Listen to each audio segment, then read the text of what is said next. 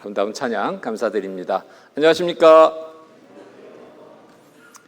성경 강인의 2일째 되는 날입니다. 오늘도 시작하는 시간부터 함께 해주신 모든 분들 진심으로 감사드립니다. 그러면 기도로 시작하겠습니다. 함께 기도하시겠습니다. 우주 만물을 창조하시고 인간 만사를 계획하시고 주관하시는 거룩하신 하나님 아버지 감사합니다. 성경 강인의 한 주간의 일정을 허락해 주시고 오늘 2일째 되는 날 함께 할 수 있도록 모두의 형편 살펴주시고 걸음을 이끌으신 주님 감사드립니다. 이 자리에 참여한 모든 분들 그 마음 또한 주님께서 온전히 주관하여 주셔서 다른 여러 일들로 마음 두지 않고 오직 하나님의 말씀에만 마음을 가지고 귀를 기울여 들을 수 있도록 또 마음에 온전하게 받아들일 수 있도록 주님 도와주시옵소서. 하나님이 베푸신 은혜의 시간 조금도 헛되이 허비되지 않고 모든 분들 모두가 말씀을 통해 귀한 은혜 얻는 시간 되도록 돌봐주시옵소서. 이 시간 또한 계획된 걸음이었으나 함께하지 못한 분들이 있다면 주님 살펴주셔서 함께 참여할 수 있도록 도와주시옵소서.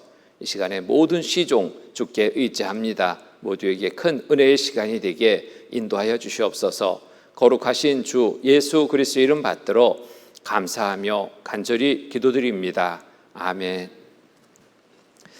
말씀 같이 찾겠습니다. 잠언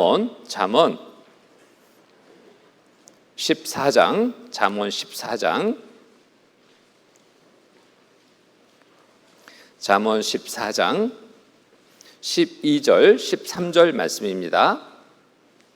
잠언 14장 12절 13절 찾으셨으면 함께 읽겠습니다. 어떤 길은 사람의 보기에 바르나 필경은 사망의 길이라. 웃을 때에도 마음에 슬픔이 있고 즐거움의 끝에도 근심이 있느니라. 우리가 생활 속에서 많은 길을 가게 됩니다. 나름대로 그 길이 올바른 길이라고 생각하고 갔는데 간혹 잘못된 곳에 도착해서 정말 당황스러운 상을 맞을 때도 있습니다. 그리고 또 이런 후회를 하죠. 한 번쯤 내가 확인하고 올 걸. 이런 후회되는 시간을 맞기도 합니다. 세상의 길은 그렇듯 후회하지만 돌아서서 다시 갈 수 있는 기회가 있습니다. 그런데 여러분 영혼이 가는 길, 이 길은 확인하지 않고 갔다가 정말 그 도착지에 도달해서 후회한다면 늦습니다.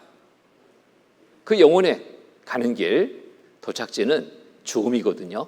죽음 이후에 영원한 세계의 삶을 시작하게 되는데 죽음에 내가 잘못 왔구나 생각해도 또 돌이켜 다시 한번 기회를 얻을 수 없습니다.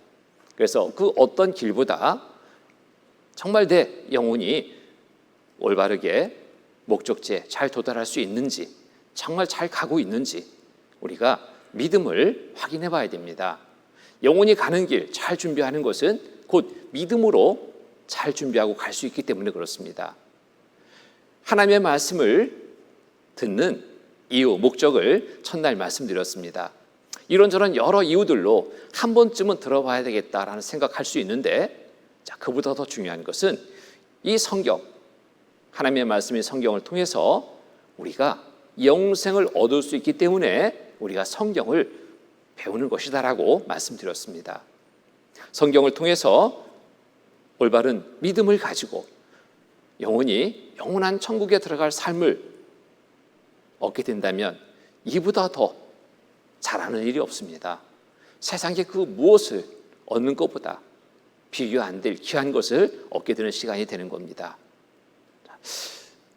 여기에 12절의 말씀처럼 어떤 길은 사람의 보기에 바르나 필경은 사망의 길이라.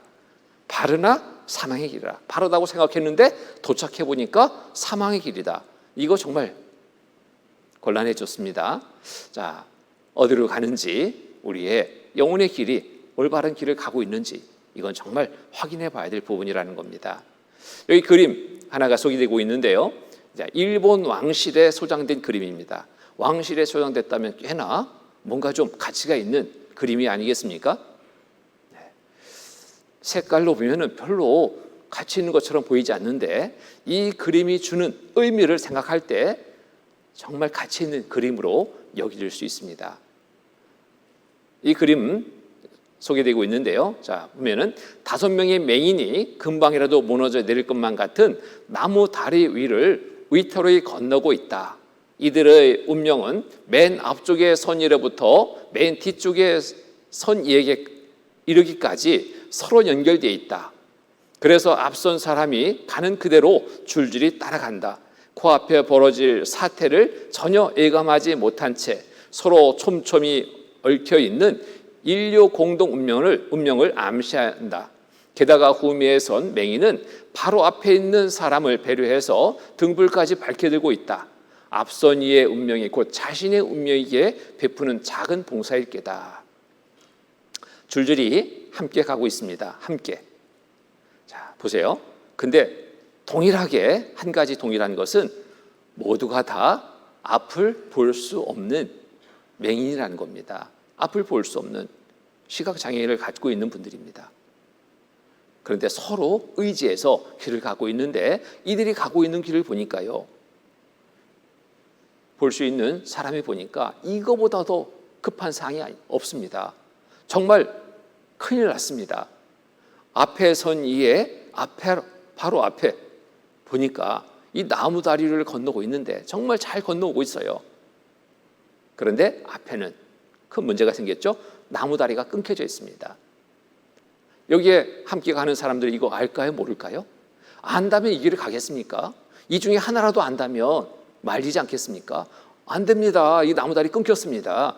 이 중에 이 앞을 볼 수 있는 사람이 한 사람도 있다면 분명히 이들의 가는 길을 중지시켰을 겁니다. 스톱, 뒤돌아가 했을 겁니다.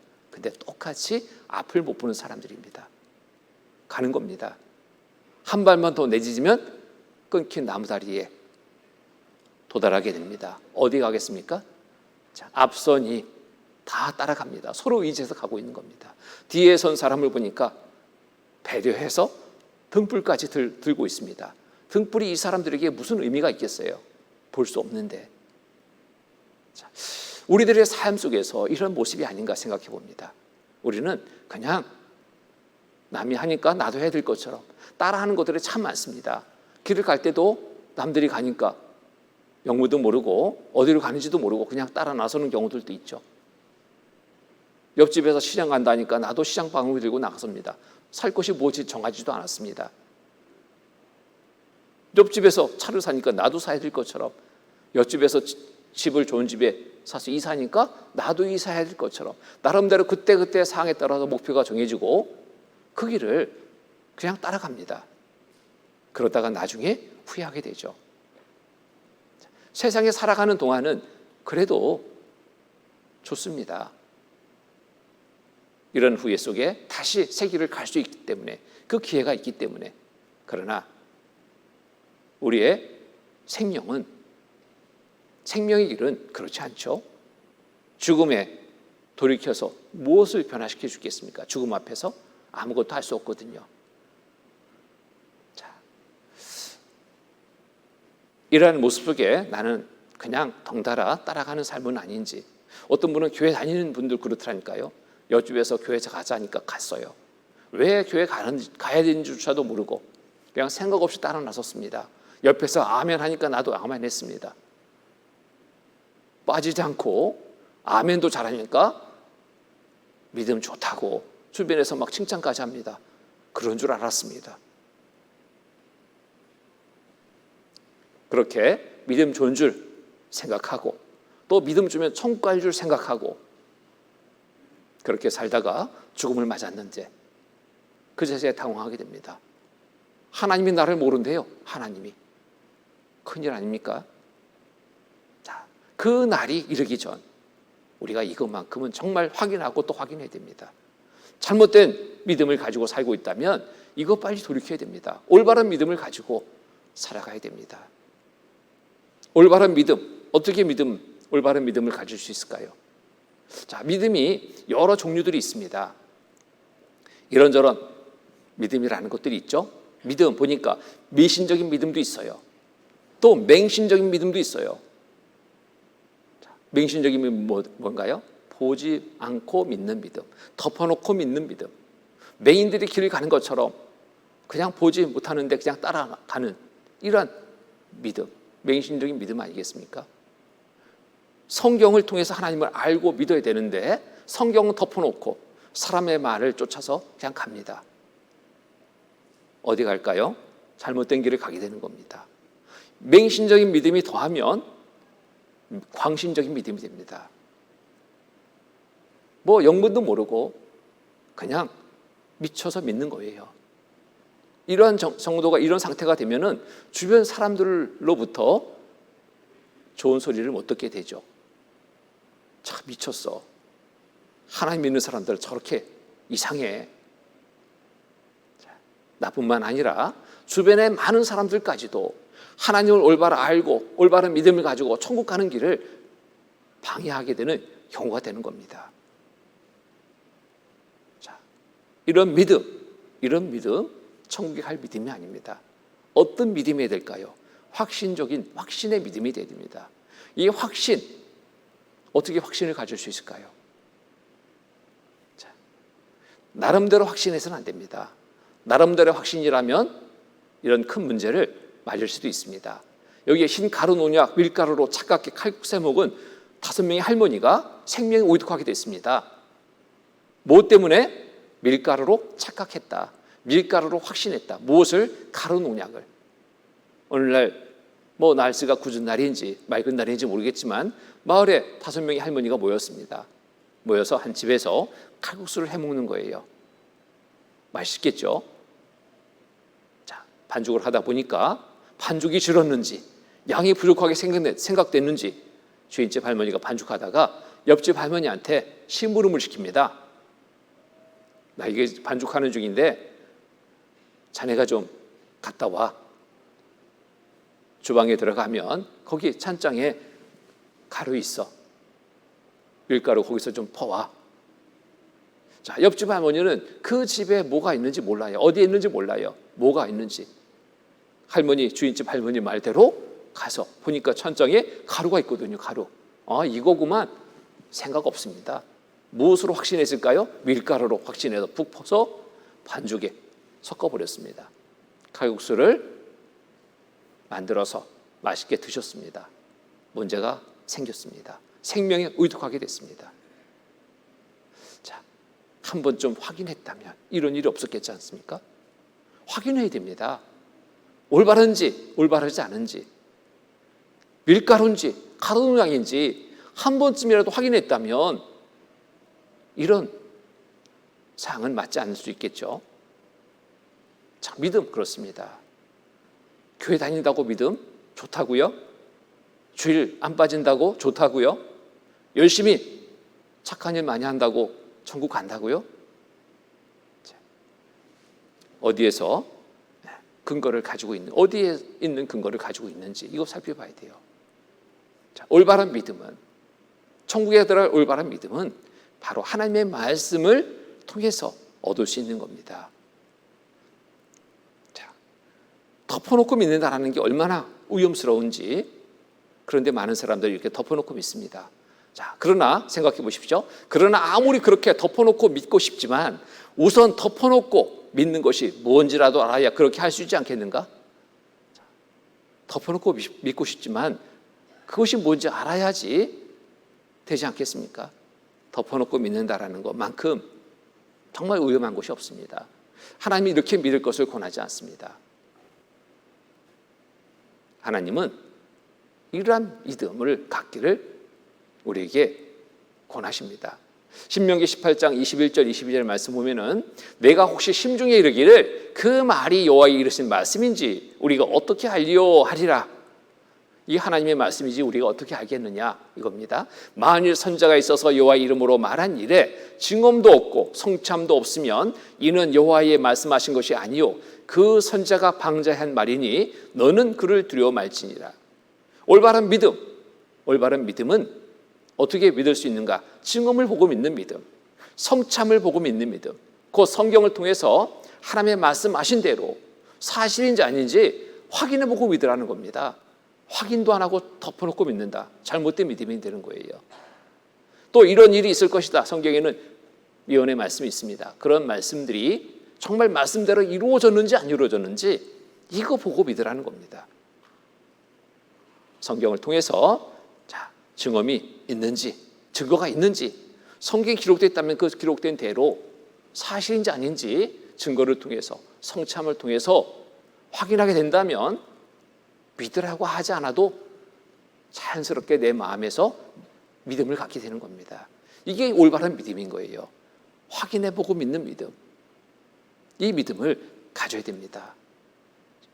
성경을 통해서 우리가 올바른 믿음을 갖기 위해서 몇 가지 면을 통해 우리가 하나님을 아는 것이 먼저죠. 알아야지 믿습니다. 하나님이 어떤 분인지 알아야지 믿는데, 말씀 보고 또 증거 보고 말씀 보고 성참 보고 말씀대로 우리가 살펴보고 믿는 믿음이 되어야 됩니다. 하나님이 어떤 분인지 먼저 알아야 되는데, 하나님은 눈에 보이지 않습니다. 영이시니까. 영은 살과 뼈가 없습니다. 어떻게 볼 수 있는가? 보이지 않는 것 보는 방법 있죠? 매개체를 통해서. 하나님은 하나님을 볼 수 있는 매개체로 성경을 우리에게 보내주신 거예요. 이 성경이 곧 하나님이십니다. 하나님의 말씀으로 오셨습니다. 태초에 말씀이 계시니라. 이 말씀이 하나님과 함께 계셨으니 이 말씀은 곧 하나님이시니라. 성경을 통해서 우리는 하나님을 알 수 있습니다. 유일하게 하나님을 볼 수 있는 것은 성경입니다. 알 수 있는 것은 성경입니다. 알고 믿을 수 있는 방법이 되는 겁니다. 하나님은 어느 한 면만 보여주고 내가 하나님이다 하지 않습니다. 그러면 많은 의심을 갖게 됩니다. 자세히 살펴볼 때 의심의 마음이 사라지고 성경은 사실이구나, 하나님은 살아계시구나 라고 알 수 있는 겁니다. 여기 보면은 눈에 보이지 않는 창조 하나님을 어떻게 보고 믿을 수 있을까? 양심을 통해서, 우주 만물을 통해서, 역사적 사건들을 통해서, 이스라엘 민족을 통해서, 예수 그리스도를 통해서, 여러 면을 통해서 하나님을 보고 믿으라고 이렇게 안내하시는 겁니다. 오늘은 하나님을 볼 수 있는 면, 이 여러 면 중에서 두 가지의 면을 살펴보면서 성경이 사실인지 아닌지, 하나님은 살아계신 분인지 살펴보도록 하겠습니다. 우주 만물을 통해서, 우주 만물에 하나님의 솜씨가 있습니다. 내가 이렇게 만들었다, 말씀대로 그대로 그렇게 만들어졌는지 우리는 그걸 확인해 보는 겁니다. 또 하나님이 만드신 만물, 그 솜씨를 보면서 하나님이 어떠한 분인지를 우리가 알 수 있게 되는 겁니다. 또 성경 속에는 많은 역사적 사건들이 기록이 됩니다. 이 사건들 하나하나를 살펴봅니다. 기록된 말씀대로 지난 역사가 사실인지 아닌지 증거를 찾아보는 겁니다. 증거가 있다면 사실인 거잖아요. 앞으로 되어질 일에 대해서 예언된 말씀이 있는데 그 말씀대로 모든 것이 이루어지고 있다면 성경은 사실이다 믿을 수 있는 겁니다. 그래서 역사적 사건들을 통해서 증언과 성참을 통해서 볼 수 있는 한 면, 중점적으로 두 가지의 주제를 가지고 말씀을 드리려고 합니다. 먼저 우주 만물을 통해서 창조주 하나님을 보게 되는데, 로마서 1장 19절 20절 말씀입니다. 이는 하나님을 알만한 것이 저희 속에 보임이라. 하나님께서 이를 저에게 보이셨느니라. 창세로부터 그의 보이지 않는 것들 곧 그의 영원하신 능력과 신성이 그 만드신 만물에 분명히 보여 알게 되나니 그러므로 저희가 핑계치 못할지니라. 창세로부터 그의 보이지 않는 것들 곧 그의 영원하신 능력과 신성이, 눈에 보이지 않는 하나님을 어떻게 볼 수 있느냐? 그 만드신 만물에 분명히 보여 알게 되나니, 하나님이 어떠한 분인지를 만물을 통해서 볼 수 있다는 겁니다. 그러므로 저희가 핑계치 못할지니라. 하나님 없어, 하나님 못 봤어. 만물을 통해서 볼 수 있는데 그 누구도 만물을 보고 이렇게 다른 핑계를 댈 수 없다는 거예요. 못 봤다, 없다, 말할 수 없다는 겁니다. 정말 과연 그러한가 살펴봅니다. 우주 만물을 통해서 창조주 하나님을 본다. 집마다 진이가 있습니다. 근데 만물을 지으신 이는 누굴까? 집마다 진이가 있으니 만물을 지으신 이는 하나님이시니라 말씀하십니다. 이런 교당도 진 사람이 있어요. 설계자가 있고 건축자가 있습니다.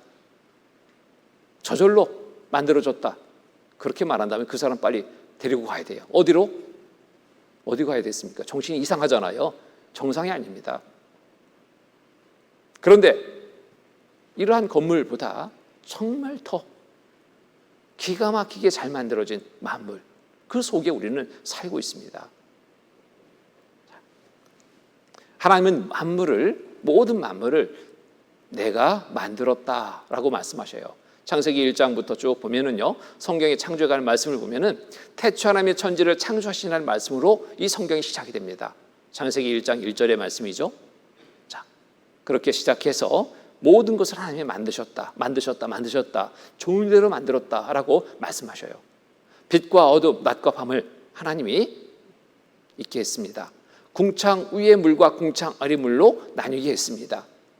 또 풀과 채소, 과목을 각기 종류대로 하나님이 만드셨습니다. 또 해와 달과 별들을 만드셨습니다. 물고기와 새를 각기 종류대로 만드셨습니다. 육축, 짐승, 땅에 기는 것과 각기 종류대로 만들었습니다. 그리고 이 모든 것을 만든 후에, 있게 한 후에 여기에 사람을 만들어서 살게 하신 거예요. 그러니까 이 모든 것 위에 하나님은 사람을 있게 하신 겁니다. 사람을 위해서 모든 것이 존재한다 해도 틀리지 않은 거죠. 사람을 위해서 만들어진 거예요. 자, 이렇게 하나님이 만드셨다라고 말씀에 기록되어 있는데, 이 기록된 대로 사실인지 아닌지 우리가 이거 살펴봐야 되겠죠. 자, 그리고 만드신 것뿐만 아니라 이 모든 것들을 주관하시는 하나님이라는 겁니다. 이사야서 45장 12절의 말씀 보면은 내가 땅을 만들고 그 위에 사람을 창조하였으며 내가 친소로 하늘을 펴고 그 만상을 명하였노라. 모든 것 하나하나 하나님의 만드신 것이고 하나님이 주관하신다라는 것을 우리가 말씀을 통해 알 수 있습니다. 자, 과연 그러할까? 우주의 광대함과 질서 속에서 우리는 알 수 있습니다. 하늘에 눈을 들어 하늘을 보니까 많은 별들이 있습니다. 이 별들의 움직임 하나하나가 제멋대로 움직여진다면 사람이 지구에 살 수 있는 환경이 될까요? 여기저기 별들이 부딪혀가지고 그 파편에 의해서 지구는 벌써 없어집니다. 그런 상이에요. 우리 눈으로 볼 수 있는 별들 몇 개 못 봅니다. 한 3, 4천 개 본다고 그러죠. 근데 별들이 그것만일까요? 아니요. 모래알보다 더 많다라고 성경에 기록되어 있는데 과학이 발달되면서 확인해 보니까요, 이로 헤아릴 수 없는 많은 별들이 우주 공간에 가득하다라는 겁니다. 자, 이렇게 보면은 이 지구, 태양계에 속해 있는 지구, 자, 이 지구가 우리가 살고 있는 곳인데요, 태양과의 거리가 1억 5천만 킬로미터의 거리를 두고 공전하고 있습니다. 공전 속도가 10만 8천 킬로미터의 속도, 한 바퀴 태양 주위를 도는데 걸리는 일자는 1년입니다. 약 365일. 그리고 이 지구는 자전을 하고 있습니다. 차체적으로 돌면서 공전하고 있어요. 그 자전 속도가 1660km의 속도인데 한 바퀴 도는데 걸리는 시간이 약 하루 24시간에 해당됩니다. 자, 그런데 이거 한번 생각해 보죠. 이 날짜가 바뀌지 않았어요. 1년 365일이 바뀌지 않았습니다. 하루 24시간이 바뀌지 않았어요. 참 이상하지 않습니까? 제멋대로 저절로 돌고 있다면 이런 것들이 바뀌어야 되는데, 거리도 가까워졌다 멀어졌다 해야 되고 도는 속도도 달라져야 되는데 한 번도 변함없이 일정한 거리를 두고 일정한 속도로 돌고 있다는 거, 뭔가 좀 이상하지 않습니까? 누가 돌리고 있나? 사람이 할 수 있는 일이 아니잖아요. 달도 지구 옆에 따라서도 지구를 돌고 있어요. 이건 또 왜 옆에 따라 돌까? 자, 이런 것 하나하나가 그냥 우연이 아니고 저절로가 아니고 하나님의 놀라운 계획 속에서 모든 것이 만들어졌고 하나님의 주관하심 속에서 모든 것이 운행되고 있다는 것을 과학이 발달되면서 이 사실을 발견하고 있는 겁니다. 그래서 과학자들이 전에는 하나님을 왜 믿어? 나는 필요 없어 하던 과학자들이 과학이 발달되면서 하늘을 보고 만물을 살펴보면서 이거는 우연히 있을 수 있는 일이 아니다. 저절로 있을 수 있는 일이 아니다. 누군가가 이 모든 것을 만드셨고 주관하고 계신 분이 있다. 그게 누구냐? 신이다. 하나님이시다. 그래서 과학자들이 이제는 하나님을 믿게 되는 그런 시대에 우리가 살고 있습니다. 조금만 관심 있게 살펴본다면 누구나 이건 우연히 될 수 없는 일, 저절로 될 수 없는 일. 그러면 그 누구냐? 하나님이시다. 하나님이 계시구나 라는 것을 알 수 있는 겁니다. 태양과 지구와의 관계를 살펴보면 이거는 우연이 아니죠. 이렇게 보면 태양과 지구 사이의 평균 거리는 1억 5천만 킬로라는 절대 거리를 유지하고 태양과 지구 사이의 거리 및 지구의 공전 속도와 기울기 23.5도가 항상 일정하지 않으면 태양열이 지구와 닿는 온도는 달라진다고 한다. 과학이 발달되면서 이런 모든 것들 하나하나가 이거는 우연이 아니다. 여기에서 하나만 잘못돼도 우리가 살고 있는 이 지구 환경은 사람이 살 수 없는 환경이 될 수밖에 없다. 이렇게 말하는 거예요. 자, 지구가 23.5도 기울어져 돌고 있습니다. 이 기울기가 없다면 지구 전체에 사람들이 퍼져 살고 있잖아요. 어느 특정 부위에만 사람이 살 수 있고 나머지 부분은 다 황폐하게 버려진 땅이 된다는 거예요. 태양이 닿는 온도가 그냥 이렇게 바로 서서 돌면 지구가 일정 부위만 계속 닿는 거예요. 그러니까 그건 너무 뜨겁고 안 닿는 부분은 너무 춥고 살 수 없는 겁니다. 23.5도가 기울어졌기 때문에 골고루 지구 전체 면을 태양의 그 빛을 받을 수 있는, 열을 전달받을 수 있는 그런 환경이 되기 때문에 지구 전체 사람들이 살 수 있는 환경이 되고 있는 겁니다.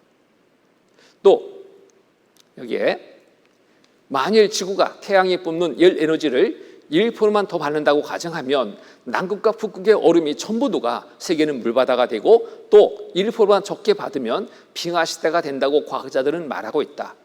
우리가 살고 있는 지구와 태양 그리고 달과 별들이 어떤 정확한 법칙에 의하여 움직이고 있다는 사실을 망각하고 대부분의 사람들은 저절로 그렇게 된 것이라고 말한다. 그런데 생각해 봐야 됩니다. 저절로 이렇게 될 수 있을까? 자, 이 세상의 모든 만물과 잔결을 유심히 살펴보면 그 신비롭고 오묘한 조화에 다시 한번 놀라지 않을 수 없는 것이다. 풀잎 하나, 꽃 한 송이가 우연히 존재한다고 말할 수 있겠는가? 이 우연히 만들어지는 것들이 아닙니다. 허름하게 만들어진 계집이 하나 있습니다.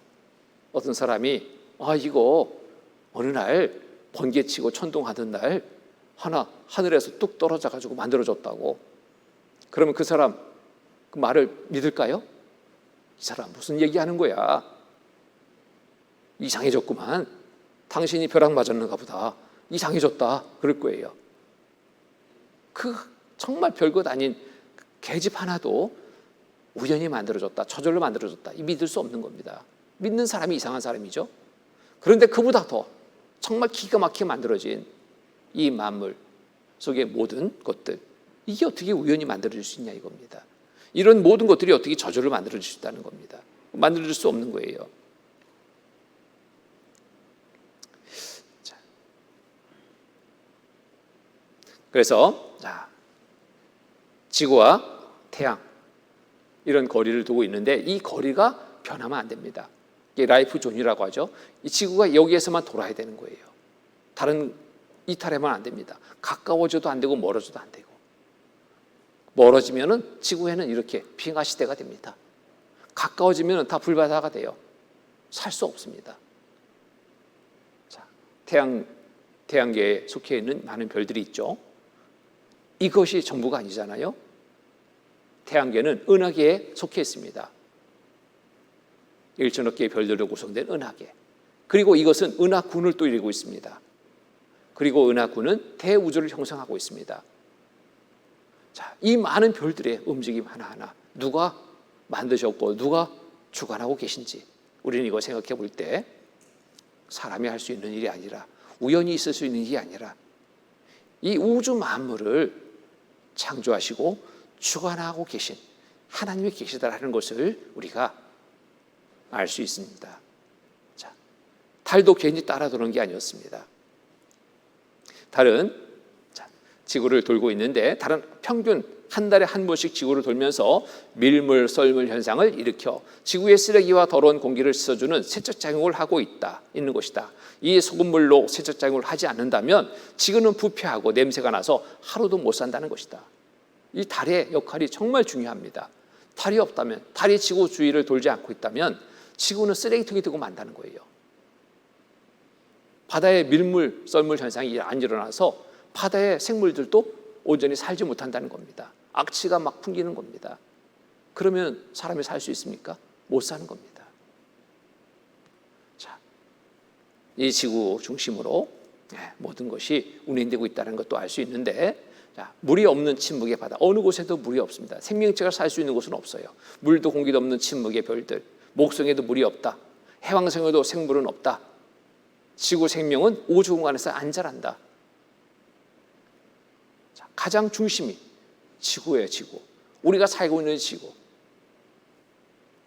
왜 중심에, 우주 가운데 중심을 지구에 두었을까? 바로 나와 여러분들이 살고 있기 때문에, 가장 존귀한 존재로 여기는 사람이 살고 있는 곳이기 때문에, 하나님의 사랑의 짝들이 이 지구에 살고 있기 때문에 이 중심으로, 이 지구를 중심으로 모든 것 있게 하고 운행하고 있다는 것을 알 수 있습니다. 어느 곳에 가봐도 살 수 없어요.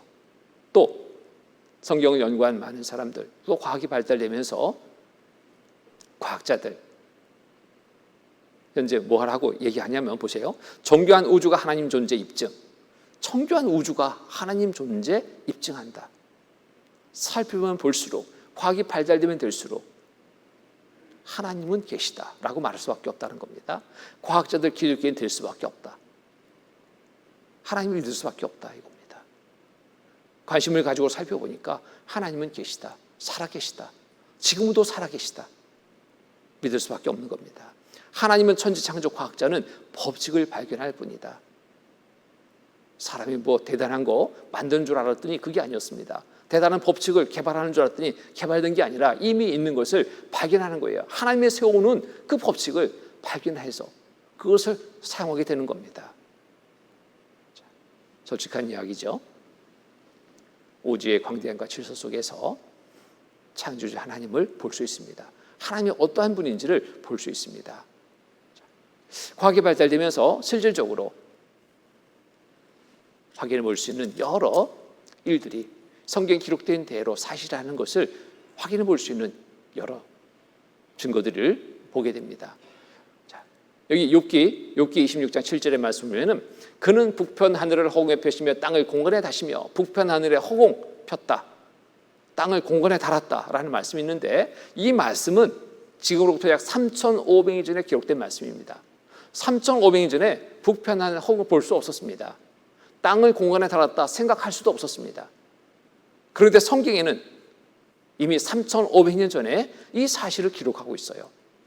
기록된 대로 사실이다라는 것이 밝혀진 것이 불과 얼마 안 됩니다. 20세기 들어서야 비로소 성경 기록이 사실이다라는 것이 밝혀집니다. 1981년 10월 13일자 중앙일보에 실린 기사인데요. 무슨 기사에 실렸냐? 우주 공간에 불가사의한 공간이 있다. 이해 못할 공간이 있다.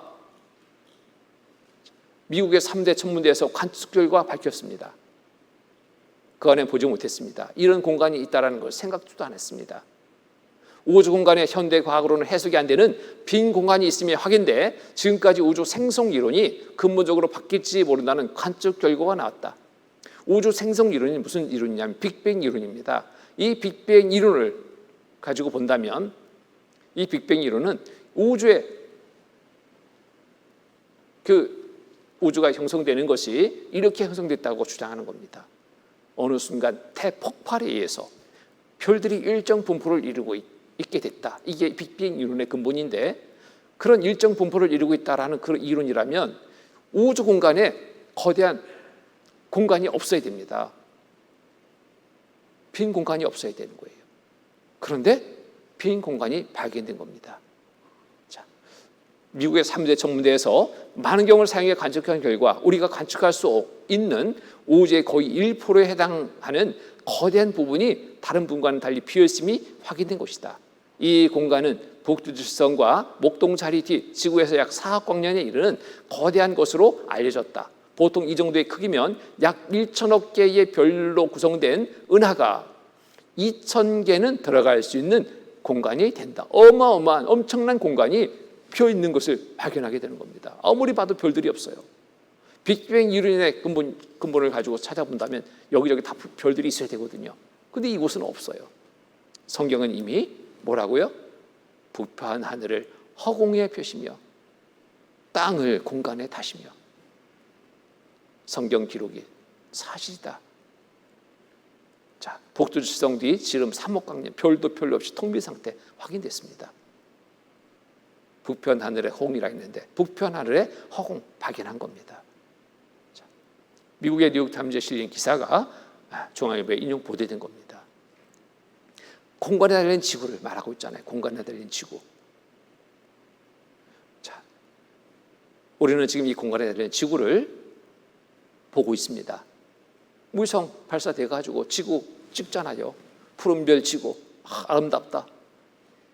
아폴로 우주선, 11호 우주선이 달려갈 때 그때 전송된 사진을 저는 그때 봤습니다. 야, 지구가 진짜 아름답다. 감탄할 수밖에 없었죠. 그전에는 지구를 어떻게 생각했을까요? 공간에 달린 지구? 생각 못했습니다. 몇백 년 전에 옛날 사람들은 지구를 이렇게 그리고 있었어요. 사람이 살고 있는 지구는 이런 모양이다. 자기가 살고 있는 환경 속에서 눈에 보이는 것을 그릴 수밖에 없었습니다. 지구 밖을 벗어나본 적이 없거든요. 이러한 그림을 그리고 있었던 거예요. 몇백 년 전의 사람들, 옛날 사람들이. 그런데 3,500년 전에 성경은 이미 공간에 달린 지구를 말씀하고 있다는 겁니다. 이 만드신 분의 말씀이 아니면 이런 말씀이 어떻게 성경에 3,500년 전에 이미 기록할 수 있겠습니까? 이럴 수 없는 거예요. 만드신 분이기 때문에 정확하게 아시는 겁니다. 자, 옛날 사람들은 이렇게 지구를 그리고 있었잖아요. 이집트인의 생각한 지구. 무슨 별들이 천장에 매달려가지고 줄로 매달려 있는 이런 모습. 자기가 살고 있는 환경 속에서 이렇게 그려볼 수 있는 것. 이것이 전부였습니다. 바닷가에 사는 사람들은 지구를 이렇게 그렸어요. 멀리 나가면 떨어져 죽어. 못 나갔습니다. 성경은 이미 3,500년 전에 북편 하늘의 허공을 땅을 공간에 달았다. 성경은 사실이다. 과학이 발달되면서 하나하나 성경에 기록된 대로 나타난 증거들을 보면서 성경은 사실이다. 믿을 수밖에 없는 그런 시대에 우리가 살고 있는 겁니다. 또 욥기 28장 5절에 보면은 땅 속에 대해서 기록하고 있습니다. 지면은 식물을 내나 지하는 불로 뒤집는 것 같고, 지면은 식물을 낸다는 것 누구나 우리 눈으로 볼 수 있는 거잖아요. 그런데 지하, 땅 속에는 무엇이 있는지 그간은 몰랐어요. 근데 이 지하에 불이 있다라고 성경은 기록하고 있잖아요. 이 기록, 성경 기록이 사실이라는 것을 확인하게 된 것은 얼마 되지 않습니다. 역시 20세기 들어서 과학이 발달되면서 지진파가 어떻게 전달되는 과정을 조사하는 과정 속에서 땅 속에 엄청나게 뜨거운 불이 있다는 것을 발견하게 되는 겁니다. 불로 뒤집은 것 같고, 이 불로 뒤집힌다는 것은 그냥 낮은 온도의 불이 아닙니다. 엄청난 뜨거운 불이, 이런 표현이 적합한 거예요. 자, 용광로에 인got 들어가고 스크랩 들어가고 여러 원소들이 들어가서 불이 가열됩니다. 그것이 녹을 때까지는 조용해요. 어느 정도 녹아서 쫙 이렇게 수평을 이룰 때, 평면을 이룰 때 그때까지는 조용합니다. 거기에 더 불을 가열하면 어떤 현상이 생기냐면 뒤집히는 현상을 보게 됩니다. 누가 뒤집는 것도 아닌데 그 자체적으로 열이 더하면 더할수록 이게 뒤집혀요. 팍 뒤집힙니다. 정말 무섭죠. 높은 온도에서 나타나는 현상이거든요. 근데 성경에 이미 지하는 불로 뒤집는 것 같고 뜨거운 불이 있다라는 사실을 기록하고 있는 겁니다. 자, 이것도 얼마 안 돼요. 1935년에 비로소 이 사실이 성경 기록이 사실이라는 것을 확인하게 됩니다. 지구 구조가 이렇게 됐죠. 이런 구조를 가지고 있습니다. 내핵, 외핵, 멘틀 지각으로 구성되어 있습니다. 이 중심 온도가 몇 도인가 봤더니 7173도로 확인됐습니다. 73도 아니고 7173도. 엄청난 뜨거운 불이 있다라는 거예요. 돌고 있다라는 겁니다. 성경은 사실입니다. 이 밖에도 성경에 기록된 모든 말씀들은 사실이다. 연구해본 모든 말씀들은 사실이다. 증거가 있기 때문에 모래순환의 법칙도 번개의 비밀도 자, 검은 하늘이라고 성경에 기록되어 있는데 우리가 보는 하늘은 파란 하늘이잖아요. 근데 지구 밖을 벗어나서 대기권 벗어나서 지구를 보면은 주변에 싸고 있는 것은 검은 하늘입니다. 자, 성경대로 사실이었습니다. 여기 보면은 이사야 53장 3절에 보면은 내가 흑암으로 하늘을 입히며 굵은 배로 덮느니라. 흑암으로 하늘을 입힌다고 그랬죠. 자, 이런 하늘을 보게 되는 겁니다. 지구 밖은 검은 하늘이에요. 흑암입니다. 흑암. 이렇게 흑암입니다. 자, 우주선을 타고 지구 밖을 벗어나면 정확하게 흑암으로 보이는 거예요. 성경은 사실이었습니다. 번개의 비밀이 있었습니다. 번개하면 많은 사람들이 생각하는 것은 알고 있는 것은 죄악의 징벌의 상징으로 합니다. 정말 못된 사람, 나쁜 사람 그를 가리켜서 뭐 했으면 좋겠다고 해요? 에이, 벼락 맞아 하잖아요. 자, 징벌의 상징으로 번개를 우리가 알고 있는데 번개에는 그보다 더 중요한 역할이 부여되어 있었습니다. 자, 번개의 비밀이 밝혀집니다. 번개, 여기 욥기 36장 30절 31절의 말씀 보면은 그가 번개빛으로 자기 사면을 두르시며 바다 밑도 가리우시며 이런 것들로 만민을 징벌하시며 이런 것들로 식물을 풍부히 주시느니라. 자, 만민을 징벌하시며 이런 것들로 식물을 풍부히 준다. 식물을 풍부히 주신다고? 이게 뭔 뜻일까? 몰랐습니다. 그간에 식물의 풍부함과 뭔 번개가 관계 있을까? 그런데 연구 결과 성경 기록이 사실이라고 밝혀집니다. 자, 번개하면 죄악의 징벌의 상징으로 알고 있죠. 그런데 그보다 더 중요한 역할을 번개가 하고 있었던 겁니다. 번개는 생명체의 최대 질소원이다. 이 공기 중에는 질소가 78%나 있습니다. 산소 21%, 그 밖에 원소들로 구성되어 있는데 이 공기 중에 있는 질소가 번개를 만나면 방전 현상에 의해서 변합니다. 그래서 질소 비료가 땅에 공급되는 거예요. 비가 내릴 때 번개 치면은 정말 그때 그 자연을 보셔요. 아주 검푸름으로 변하잖아요. 비료를 주고 난 다음 그 식물이 금방 검푸른 빛으로 변하는 것처럼 여름철에 막 소나기가 내릴 때 천둥번개 하고 난 다음 그 자연을 보니까요 검푸름으로 변하는 것을 보여요. 뭘까? 자, 번개의 역할입니다. 중요한 역할이었습니다. 자, 여기 미국에서 새로운 실질적 연구가 발표됐는데 기존 뿌력 박테리아를 뒤엎어 연간 10억 톤 질산독으로 고정화. 여기 보면은 산소가 없으면 생명체가 살 수 없듯 질소가 없다면 아예 생명체는 존재하기 어려운 것이 현실이다. 질소가 이렇게 중요하다는 거죠. 생명체를 지지하는 근육, 세포, 지기골격 등의 단백질이 모두 질소 없인 만들어질 수 없는 것이기 때문이다.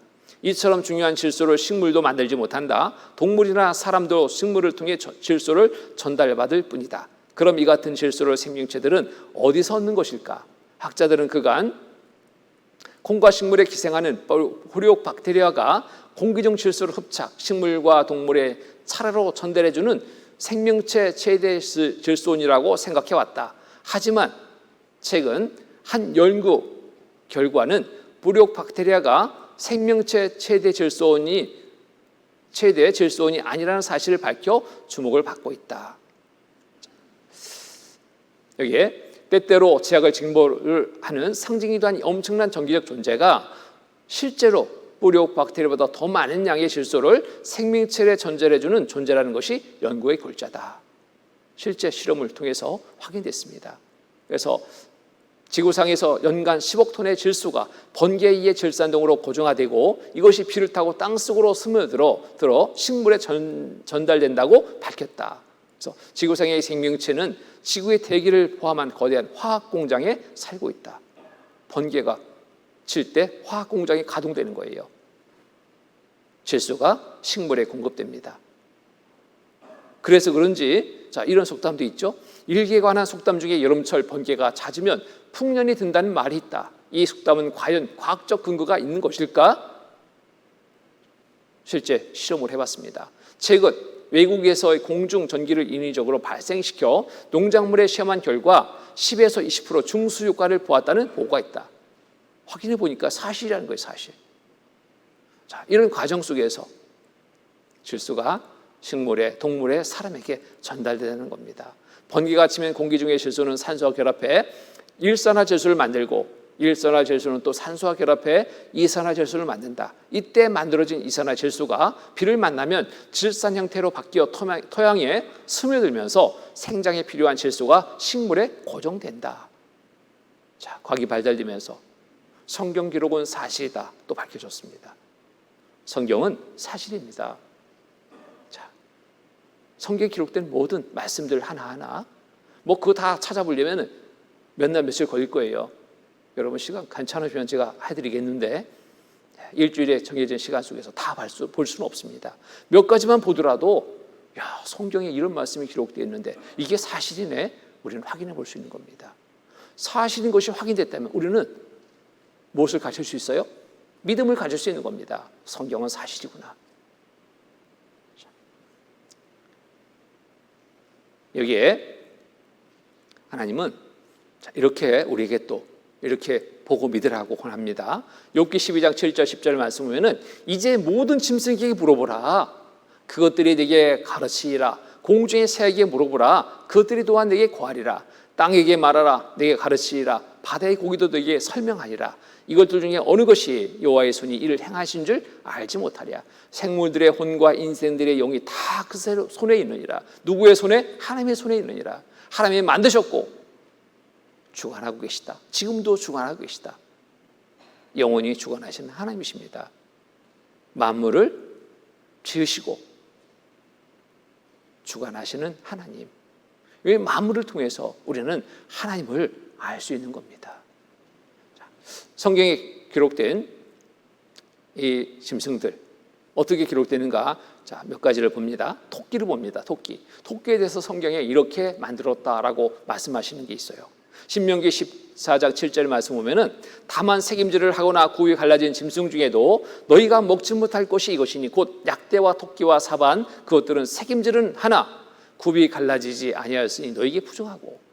구약시대 이스라엘 민족들에게 하나님은 정한 짐승, 부정한 짐승을 구분케 해서 정한 짐승은 먹고 부정한 짐승은 먹지 말라 금했습니다. 이 정한 짐승은 뭐냐면 색임질을 하고 굽이 갈라진 짐승은 정한 짐승이다, 먹어도 된다. 그런데 부정한 짐승은 이 둘 중에 하나라도 안 된다면 부정한 짐승으로 여겨서 먹지 말아야 했습니다. 근데 토끼가 여기 언급되는데 토끼와 사반 그것들은 색임질은 하나 그랬습니다. 색임질은 하나. 토끼가 색임질한대요. 이 말씀을 보면 이해가 안 됩니다. 저는 초등학교 때 이 토끼 해부 해봤거든요. 과학 시간에. 저는 정확하게 확인했습니다. 무엇을 하겠냐? 우위가 하나예요. 토끼 우위는. 손은 우위가 4개나 돼요. 그렇기 때문에 책임질을 합니다. 양지 바른 곳에 그 여물을 다 먹고도 계속 씻고 있는 게 소입니다. 소. 뭘 그렇게 씹는가 봤더니 한쪽에 넣었던 것을 꺼내서 다시 씻고 다시 꺼내서 또 씹고 또 씻고 계속 반복해서 책임질을 해요. 대책임질을 합니다. 그 토끼는 우위가 하나인데 어떻게 그 일을 하겠냐? 이 성경 틀렸지. 많은 사람들은 그렇게 생각했습니다. 그런데 틀린 것이 아니라 사실이라는 겁니다. 성경 사실이다. 자, 이 토끼입니다. 우위가 하나밖에 없어요. 대책임질을 할 수 없다라고 생각됐는데, 자, 조사해 보니까 성경은 사실이었습니다.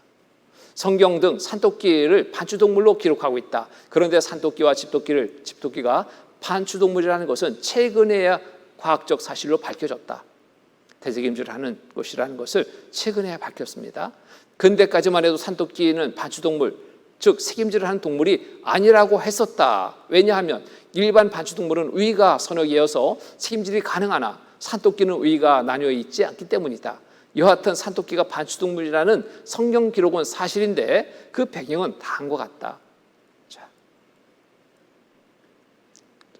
자, 산토끼는 두 종류의 배설물을 내놓는다. 곧 일반 배설물과 시코트로프라는 비타민 B가 풍부한 알약 같은 것을 내놓는 것이다. 산토끼는 이 시코트로프를 다시 한번 소화시키는데 이는 늦은 밤 혹은 이른 새벽에 이루어진다. 그래서 이 사실이 잘 알려지지 않은 것이다. 따라서 산토끼는 색임질을 하는 동물, 곧 반추동물에 속하는 것이다. 이 사실은 1882년 색임질에 관한 과학적 정의, 곧 시코트로프의 작용을 밝힘으로써 증명되었다. 현재 독일 그리즈백 박사가 집필한 동물 백과 사전은 산토끼와 집토끼 모두를 반추동물로 명시하고 있다. 현대 과학이 19세기에 밝힌 이 사실을 성경은 먼 옛날 이미 말하고 있었던 것이다. 먼 옛날 3,500년 전에 기록된 성경에는 책임질을 한다라고 기록하고 있는 겁니다. 만드신 분의 말씀이 맞다. 제가 아는 한 분이 직장을 잘 다니더니 직장 생활이 힘들었는지 사업을 해보겠대요. 사업을. 근데 이것저것 하다가 안 되니까 나중에 뭐 하겠다고 하냐면 토끼 농장을 자기가 해보겠다고. 아는 사람이 토끼 농장 하는데 괜찮더라고. 수입이. 정말 이 사람 부지런합니다.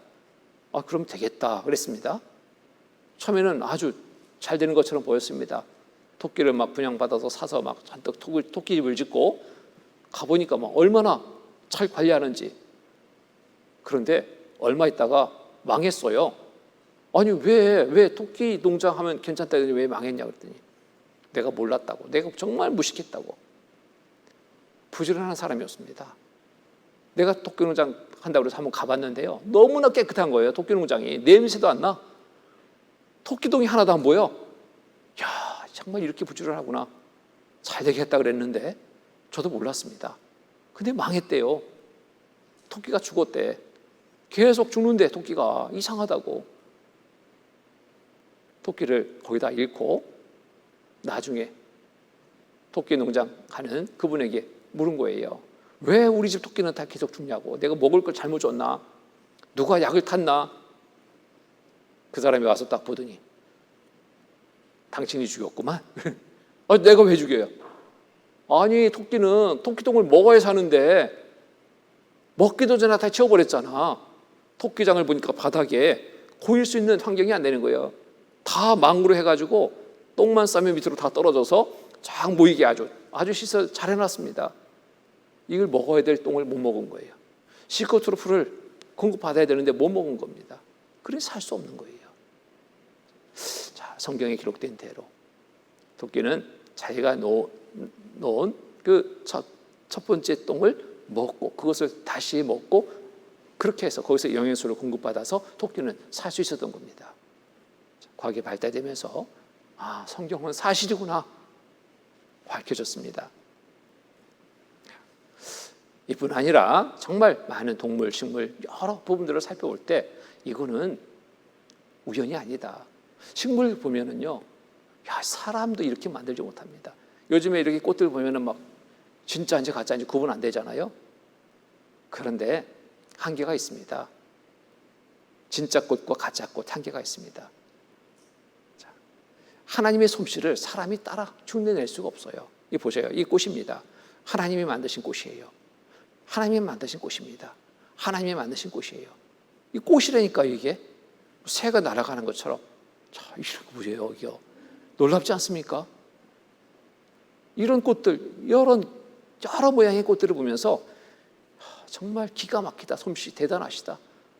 거기에 또 향기도 각각 모양도 다르게 입술 꽃도 있고요, 해골 꽃도 있고요. 정말 이 새 같은 이 꽃들이 있고 너무 아름답지 않나요? 이런 것들을 누가 만들었다고요? 하나님이 만드셨다고. 종류대로 만들었다. 만물의 으뜸은 뭐니면 해도 사람입니다. 사람을 이렇게 자세히 살펴보면 하나님의 솜씨가 어떠한지 알 수 있습니다. 명확히 드러납니다. 사람이 만든 것과 하나님의 솜씨가 어떤 차이인지 명확히 드러나는 거예요. 여기에 시편 139편 13절 14절 말씀 보면은 주께서 내 장부를 지으시며 나의 모태에서 나를 조직하셨나이다. 내가 주께 감사함은 나를 지으심이 신묘막측하심이라. 신묘막측하다는 게 뭡니까? 기가 막히다. 나를 지으심이 기가 막히다. 주의 행사가 기이함을 내 영혼이 잘 아나이다. 기가 막히게 만들었다. 사람을 하나님이 정말 기가 막히게 만드셨습니다. 보셔요. 신묘막측한 지으심의 해답, 과거로 풀 수 없는 생명의 진리다. 영양소 흡수 과정 수수께끼, 우리가 60평이나 되게 만들었어요. 여러분 속에 있는 우리가 60평. 이 무슨 얘기하는가? 무슨 60평? 내가 몇 평인데? 위 벽 안에는 융털 돌기가 있는데 이것을 면적으로 다 계산하면 60평에 해당된다는 겁니다. 그러니 사람이 이만큼 싸놓고 먹어도 들어가면은 소화가 된다는 게 참 신기했잖아요. 그리고 또 먹잖아요. 더 과일이니까 먹고, 또 먹고 나서 또 시원하게 아이스크림도 먹고 차도 마시고, 한두 컵 조씩 먹는데 이게 어떻게 들어갈까? 우리가 60평이나 됐기 때문에 이게 정말 소화된다는 게 놀랍잖아요. 이걸 받아들인다는 게 놀랍잖아요. 사람은 이런 생각할 수가 없습니다. 하나님은 이미 우리 몸속에 이렇게 우리를 만들어 놓으신 거예요. 어떠한 부분도 정말 다 받아들일 수 있게. 우리 머리는 어떤가 보니까 우리 머리에서 행하는 이 기능들을 행하려면 약 1천억 대의 컴퓨터가 필요해야 돼요. 그 1천억 대의 컴퓨터가 행하는 모든 일들을 이 머리가, 자그마한 머리가 하고 있다는 겁니다. 1천억 대의 컴퓨터, 이것을 동시에 가동시킨다면 거기에 엄청난 열이 발생될 겁니다. 냉각장치도 엄청나게 따라야 될 거예요. 근데 우리 머리는 안 그렇거든요. 냉각장치 별도로 달고 다니는 분들이 없죠. 가끔 열날 때도 있어요. 뭔가 좀 꼬여가지고, 속상해가지고, 짜증나가지고 이래저래 이유를 열날 때 있는데 한 알 먹으면 끝나잖아요. 한 알. 자, 놀라운 솜씨입니다. 눈, 놀라운 설계, 신비의 극치다.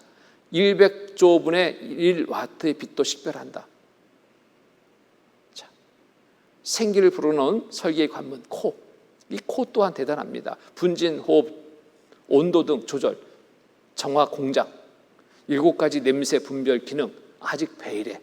과학으로 다 못 밝히는 거예요. 자, 혀는 어떻고요? 맛 감지 과정 아직 베일에 쌓였습니다.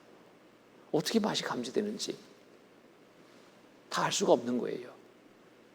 귀는 어떻고요? 첨단 과학 두 손 든 16세제곱센티미터의 미학. 그러면은 자, 오차 없는 미로 조직, 역할 완벽, 소음, 기압 변동의 대비, 안전 장치까지. 높은 고산지대에 가면 귀가 먹먹해지죠. 딱 막고 있는 거예요. 딱 막는 겁니다. 그 안 먹으면 터져버릴 수 있거든요. 안정 장치까지 완벽하게 다 달아놓은 거예요. 놀라운 솜씨입니다. 피부는 어떻고요? 몸속의 모든 기관에 보호하는 천병, 열 발산, 배설, 호흡 등 치밀한 설계, 병 발생된 즉각 반응, 내장의 거울, 피부에 트러블이 생기는 게 이게 피부 자체가 아니라 속에 문제가 있다는 거예요. 피부를 통해서 진단한다고 하죠. 심장은 하루에 10만 번 생명 펌프, 하루에 10만 번 펌프질 않는데 그것도 없어요. 사람이 만든 것은 이럴 수 없습니다. 갈아줘야 되거든요. 평생 써도 괜찮잖아요. 잘 관리만 하면. 혈액 하루 1,000번 순환합니다. 생명의 배달부. 머리카락은 어떻고요? 수많은 원소매가 발제 모양으로 형성되어 있습니다. 이 머리카락 하나가 굉장히 질기잖아요. 이상하다. 이 가는 이 머리카락이 왜 이렇게 질겨? 근데 단면을 현미경으로 보니까요, 정말 수많은 원소매가 발제 모양으로 형성돼서 막 여러 가닥이 꼬여 있는 겁니다. 그러니까 질긴 겁니다. 이게 질기고 물에 안 녹는 정교한 설계. 파마몰이 풀리는 건 과학의 한계. 파마몰이 사람이 돈 주고 아무리 비싼 돈 주고 해도 풀립니다. 풀려요. 근데 안 풀리는 파마몰이 있죠. 자, 이분은 정말 돈 많이 버시는 거예요. 곱슬머리 안 풀립니다. 언제 봐도 아주 곱슬곱슬, 금방 파마하고 나온 것처럼 하나님의 솜씨, 인간의 솜씨, 이런 큰 차이가 있는 거죠. 자, 생명은 우연이 아닌 계획된 것이다. 누가 계획해서 만들었을까요? 하나님이. 인간은 하나님이 만들었다. 맞습니다. 하나님이 만드신 최고 걸작품, 사람을 통해서 하나님이 어떠한 분인지 우리는 알 수 있는 겁니다. 하나님은 모든 것 불필요하게 만든 것이 없습니다. 다 필요해서 만드셨습니다.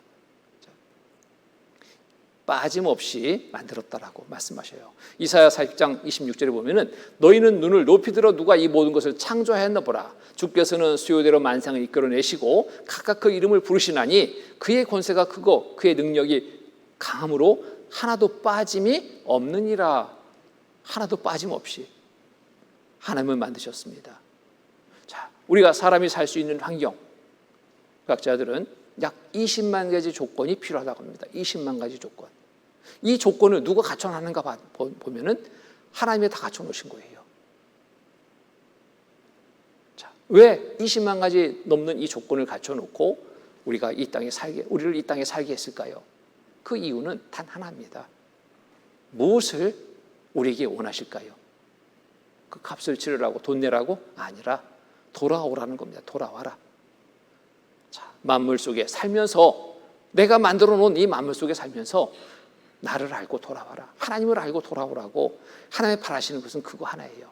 어디로 돌아오라고? 하나님께로 돌아오면 어디 가요? 영원한 천국에. 영원한 천국에서 함께 살자고. 우리에게 그거 하나 바라십니다. 자, 여기 보면은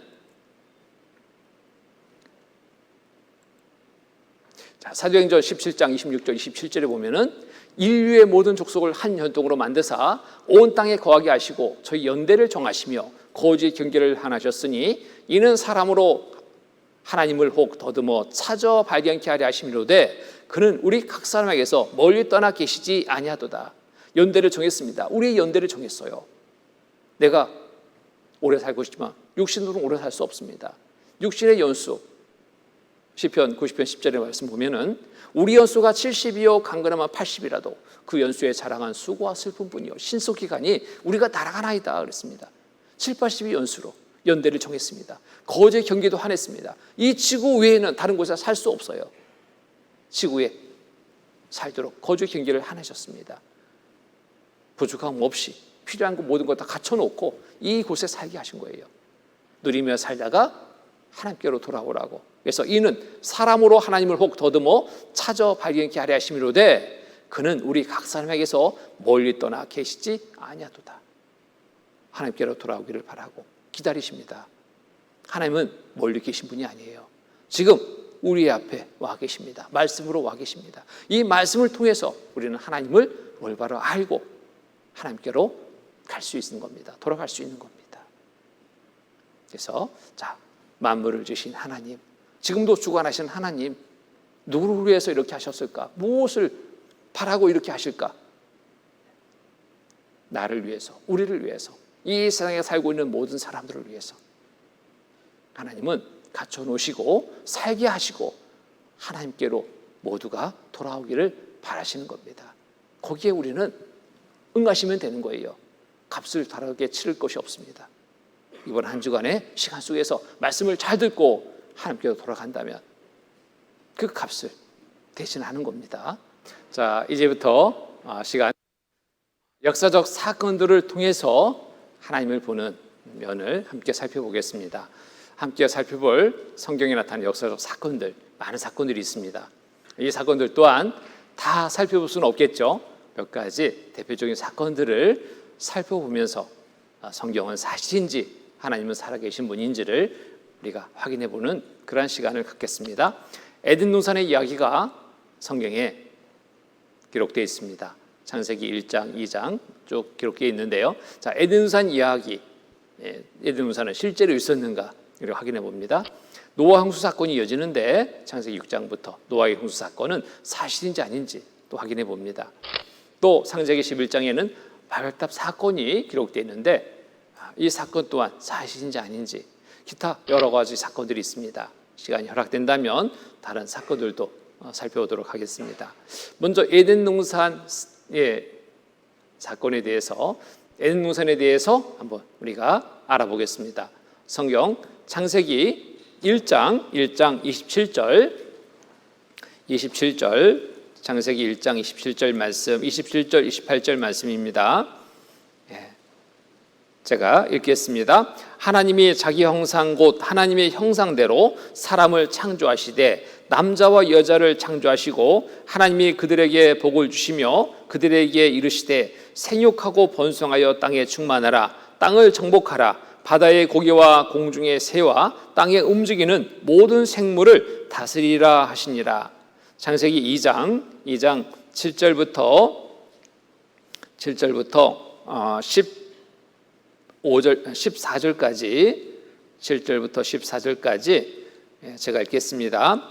여호와 하나님이 흙으로 사람을 지으시고 생기를 그 코에 불어넣으시니 사람이 생명이 된지라. 여호와 하나님이 동방의 에덴에 동산을 창설하시고 그 지으신 사람을 거기 두시고 여호와 하나님이 그 땅에서 보기 아름답고 먹기에 좋은 나무가 나게 하시니 동산 가운데에는 생명나무와 선악을 알게 하는 나무도 있더라. 10절부터 14절까지는 함께 읽겠습니다. 강이 에덴에서 발원하여 동산을 적시고 거기서부터 갈라져 네 근원이 되었으니 첫째 이름은 비손이라 금이 있는 하일라 온 땅에 둘렀으며 그 땅의 금은 정금이요 그곳에는 베들레헴과 호마노도 있으며 둘째 강의 이름은 기온이라 굴수 온 땅에 둘렀고 셋째 강의 이름은 히데겔이라 아스로 동편으로 흐르며 넷째 강은 유브라데더라. 자, 여기 에덴 동산에 대해서 소개하는 말씀입니다. 하나님이 흙으로 사람을 만드셨습니다. 그리고 그 코에 생기를 불어넣어서 사람이 생명이 된지라. 최초로 만들어진 사람은 아담입니다. 아담을 만들어 놓고 보니까 혼자잖아요. 독차하는 것이 쓸쓸해 보여서 짝을 만들어 주시는데 아담을 깊이 잠들게 하고 갈빗대 하나를 취해서 살로 채우고 만든 두 번째 사람 아담의 짝 하와입니다. 이 두 사람을 이끌어서 에덴 동산에 살게 합니다. 이 에덴 동산에 대해서 쭉 이렇게 말씀이 기록됐는데 에덴 동산의 특징이 여기에 기록이 되어 있습니다. 네 강이 흘렀다라는 겁니다. 자, 강이 에덴에서 발원하여 동산을 적시고 거기서부터 네 근원이 되었으니 첫째 이름 비손, 둘째 기온, 셋째 히데겔, 넷째 유브라데. 네 강이 흘렀던 이곳으로 아담과 하와가 살던 인류 최초의 조상 아담과 하와가 살던 곳으로 소개되고 있습니다. 자, 이 성경에 기록된 이 일이 사실인지 아닌지 우리는 그것을 확인하고 싶은 겁니다. 사실인 것을 확인하려면 증거를 찾아봐야 되잖아요. 과연 이 성경에 기록된 에덴 동산에 관한 이야기가 사실인지 아닌지 증거가 있어? 그런 질문을 하게 되죠. 네. 에덴 동산은 정말로 있었는가? 성경에 기록됐지만 정말로 있었는가? 이런 궁금증을 갖게 됩니다. 자, 그러면 에덴 동산의 위치는 어디일까? 지금의 어디일까? 또 이것이 궁금해집니다. 또 에덴 동산은 어떻게 되었을까? 어떻게 되었길래 지금 그 에덴 동산이 우리 눈으로 볼 수 없느냐? 이겁니다. 이 모든 궁금증을 해결할 방법은 증거가 있느냐 이겁니다. 증거 있어? 성경에 기록됐는데 에덴 동산 사건에 대해서 아담과 하와가 살던 곳, 네 강이 흘렀던 곳 성경에 기록됐는데 자, 이것이 사실인지 아닌지 어떻게 알겠냐? 증거 있냐? 이겁니다. 증거가 있다면 믿을 수 있겠죠? 증거를 찾아가 봅니다. 자, 과학이 발달되면서 이 증거들이 발견되는데 어디에서 발견되냐면 사막 밑에서, 땅 속에서 발견되는 거예요. 지금은 사막으로 덮여있는 그곳이 옛날에 에덴 눈산 A자리라는 것이 밝혀지는 일이 있습니다. 콜롬비아호 고대항 발견, 수만 년 전 사우디 사막에 덮여 레이더선 사용 투시해서 지하 5m까지 사진을 찍는 기술이 발달돼서 찍어보니까요, 우주 왕복선 콜롬비아호에서 발사된 레이더선이 아프리카 북부 사하라 깊숙이 묻힌 고대 강줄기를 찾아내 고고학자들을 비롯한 많은 과학자들을 흥분시키고 있다. 이게 고고학자들, 과학자들이 흥분했습니다. 왜 흥분했을까요? 성경에 기록된 대로 에덴 눈산 옛자리가 찾아지는, 발견되는 순간이기 때문에 흥분할 만하겠잖아요. 흥분만 하고 그냥 말까요? 자, 가보자. 직접 내가 확인해 봐야지 나섰습니다. 이곳이 에덴 눈산 옛자리라고 일컬어지는 의성 사진을 통해서 보는 에덴 눈산 옛자리입니다. 비손, 기혼, 티그리스, 유프라데스 네 강이 흘렀던 곳. 근데 지금 두 강은 흐르고 있습니다. 티그리스 강과 유프라데스 강은 흐르고 있습니다. 비손, 기혼 강은 없습니다. 눈으로 볼 수 없어요. 근데 땅 속에 사막 밑에서 이 강줄기를 찾아내게 된 겁니다. 그러니 과학자들, 고고학자들이 흥분할 수밖에 없는 겁니다. 자, 한반도도 10m 이틀 만에 다 찍는다. 이런 기술이 발달했기 때문에 가능한 일인 겁니다. 사막에 감춰진 고대강, 여기는 일찍이 식물이 무성했던 땅이었다. 사막 밑을 쫙 찍어보니까 옛날의 모습이 드러나는 겁니다. 자, 중동 지역에서 성서, 고고학 발굴자고 활발. 에덴 눈산은 지금의 페르시아만. 미국의 미시시피 조사한 이브라임강 비선운적 발견했다. 이라크 쿠르나 낙조슬슬한 에덴 눈산 A자리다. 옛날에 이 에덴 눈산에는 이러한 커다란 동식물들이 있었다. 실제로 이런 증거들이 발견되는데 사막에서 무엇이 발견되냐면 정말 엄청난 큰 크기의 나무, 화석들이 발견됩니다. 귀화목이 발견됩니다. 사막에서는 도대체 있을 수 없는 일이 화석으로 거기서 발견되는 거예요. 화석이라는 것은 실제 존재했던 것들의 증거물이잖아요. 이게 어찌된 일이지?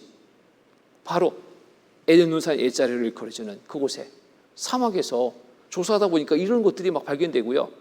심지어는 거대한 동물의 뼈까지 발견됩니다. 거대한 동물의 뼈가 맞아요.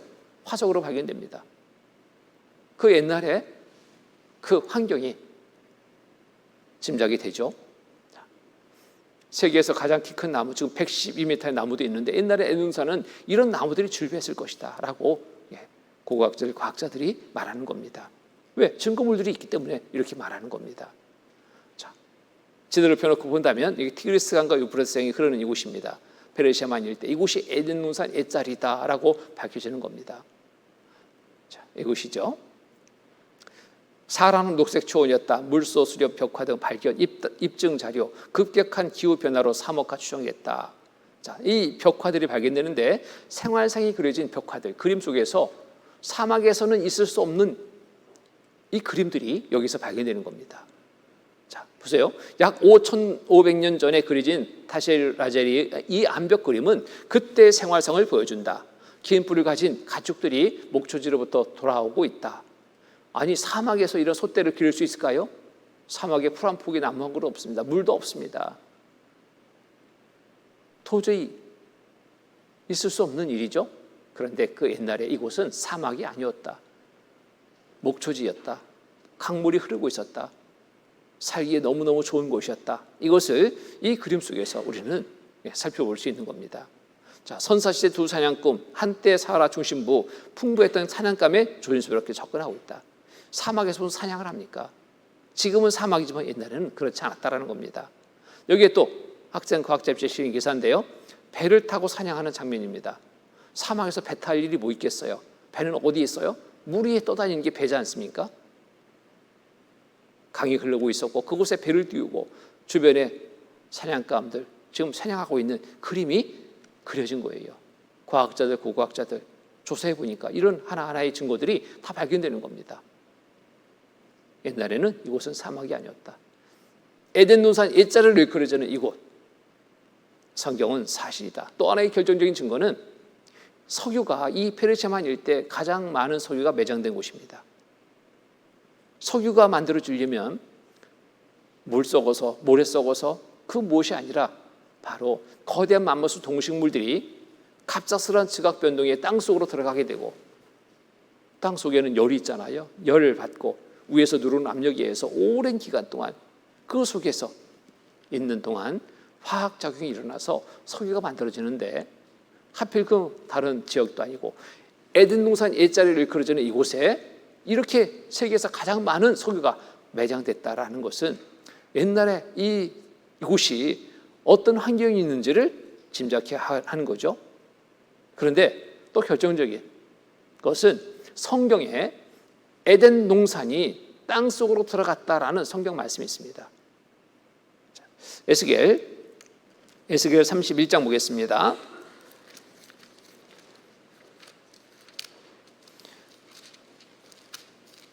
에스겔 31장 16절, 에스겔 31장 16절 말씀 같이 읽겠습니다. 내가 그로 구덩이에 내려가는 자와 함께 응부에 떨어뜨리던 때에 열곡으로 그 떨어지는 소리를 인하여 진동하게 하였고, 물 대임을 받은 에덴의 모든 나무 곧 레바논에 뛰어나고 아름다운 나무들로 지하에서 위로를 받게 하였느니라. 에덴 나무 지하에서 위로를 받게 하였느니라. 위로가 될 만하다 생각합니다. 왜? 이 석유가 없으면 이렇게 세계의 산업 문명이 발달할 수 없거든요. 정말 산업 문명의 발달의 1등 공신은 석유입니다. 그렇잖아요. 그러니 후대에 이렇게 요긴할 물질이 되어 사용되게 했으니 에덴 동산 땅속으로 들어갔지만 위로가 될 만한 겁니다. 자, 이 표현이 너무나 적절하다라고 생각이 되는 겁니다. 18절의 말씀은 제가 읽겠습니다. 너희 영화와 광대함이 에덴 모든 나무 중에 어떤 것과 같은고, 그러나 내가 에덴 나무와 함께 지하에 내려갈 것이요. 에덴 나무와 함께 지하에 내려갔다. 에덴 동산 지하에 내려갔다. 그래서 오늘날 많은 석유가 이곳에서 생산될 수 있었던 겁니다. 자, 이 보세요. 자, 이곳이 세계에서 가장 많은 석유가 매장된 곳입니다. 페르시아만 일대. 이 성경을 보다 보면요, 이 성경 잘 보면 이렇게 부자 되는 사람도 나타나요. 여기 보면은 세계 최대 유전 신뢰에만 어떻게 부자 되는가 봤더니 온통 역청 수렁 성경서 개발 힌트 얻었습니다. 성경을 보다가 역청 구덩이를 본 거예요. 뭐 역청 구덩이? 어디가 역청 구덩이야? 자세히 보니까 그 지역에 가서 보니까 역청 구덩이가 있어요. 실제 역청이라는 것은 석유의 부산물입니다. 이 역청이 밖으로 올라왔습니다. 부글부글 올라왔어요. 속에 뭐가 있다는 증거예요? 석유가 엄청난 석유가 매장됐다는 증거. 실제 지출을 해보니까 엄청난 양의 석유가 콸콸콸 막 쏟아나는 거예요. 떼부자 된 거죠, 갑자기. 보면은 19세기 석유 개발업자들이 중동의 석유 매장을 확신하게 된 가장 강력한 근거는 구약 성경 창세기, 특히 노아의 방주와 소돔 고모라 얘기가 나오는 부분이었다. 성경을 보다가 이렇게 부자된 사람이 있어요. 광주 어디인가 있는가 한번 찾아보죠. 석유. 근데 없습니다. 지금 이미 다 봤습니다. 네. 그런데 이 성경을 통해서 우리는 이러한 물질보다도 더 귀한 것을 얻을 수 있습니다. 무엇을 얻을 수 있다고요? 영생을 얻을 수 있다. 이거보다도 가치 있는 것은 없습니다. 자, 여기 보면은 기적의 무대는 정말로 존재하였다. 구약 성서의 신에 의한 여러 가지 기적이 기록되어 있다. 이 신화적 사건들은 강화할 이야기가 아니라 실제의 역사적 사실에 입각한 것이다. 에덴 동산, 노아의 방주, 모세의 홍해 기적 등 성서에 나타난 신과 인간의 웅장한 이야기의 무대를 찾아가 보자. 자, 성경을 통해서 한번 우리가 찾아보죠. 성경이 사실인지 아닌지 확인해 봅시다. 성경에 기록된 대로 사실이라는 많은 증거들을 우리가 보게 되는 겁니다. 증거를 보면은 믿을 수밖에 없는 거예요. 믿어야지 결심 안 해도 됩니다. 믿으라고 강요 받아서 그렇게 믿는 것도 아니죠. 내 스스로 자연스럽게 믿어지는 거예요. 왜? 성경 보고 증거 보니까 사실이네? 인정할 수밖에 없잖아요. 자, 사실입니다. 성경은 사실입니다. 자, 에덴 동산에서 하나님은 법을 줬어요. 법을. 최초의 법. 동산 중앙에 있는 실과 선악을 알게 하는 실과는 먹지 마라. 금지법을 줬는데 아담과 하와가 이걸 따먹게 되면서 에덴 동산에서 쫓겨납니다. 쫓겨나고 하나님은 에덴 동산을 들러엎어서 에덴 동산이 땅속으로 들어가서 그것이 또 석유가 만들어져서 후대에 요긴하게 사용되게 되는데, 어쨌든 그곳에 쫓겨난 아담과 하와로 인해서 인류는 제시로 태어나게 됩니다. 하나님 말씀의 어긋남을 가지고 죄를 짓게 되고, 그로 인해서 인간은, 그 씨로 난 인간들은 죄 기질을 가지고 태어나게 되는데, 어쨌든 하나님은 인간 죄심의 목적은 하나님께로 돌아오게 하는 것이 목적이었는데, 자, 모든 환경들을 그래도 갖춰주고 살게 해서 돌아오기를 바랬지만, 에덴 동산에서 쫓겨난 아담과 하와로 인해서 인류가 번성하게 되는데 한 시대를 만나게 됩니다. 하나님이 보니까 정말 한탄스러운 상을 맞게 되는 거예요. 하나님께로 돌아오기를 바라고 모든 것을 주었지만 돌아오기는커녕 하나님이 바라지 않는 일들로 살고 있거든요. 먹고 마시고 시집가고 장가들고, 하나님이 그들에게는 없었습니다. 그래서 하나님은 한탄하기에 이르는데, 그로 인해서 내가 쓸어버리겠다, 다 없애버리겠다, 그리고 다른 새로운 세상을 내가 만들겠다, 이런 하나님이 그런 일을 계획하시게 합니다. 그때 한 사람이 보이는데, 이 사람은 하나님 앞에 온전한 삶을 살고 있었습니다. 하나님과 온전히 동행하는 삶을 살고 있었습니다. 곧 말씀에 따라, 하나님의 뜻에 따라서 온전하게 살고 있는 한 사람, 그가 바로 노아인데, 이 사람까지 같이 멸할 수 없잖아요.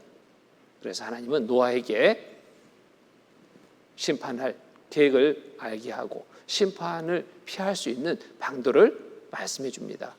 그래서 노아는 하나님 말씀에 순종하는 자였기 때문에 말씀에 따라서 그 모든 것을 준비하고 심판을 피하게 되는 사건이 성경에 기록되어 있습니다. 자, 이 사건 창세기 6장 말씀 보겠습니다. 창세기 6장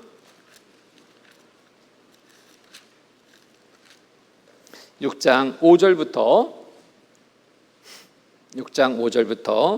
제가 읽겠습니다. 6장 5절부터 8절까지 제가 읽겠습니다.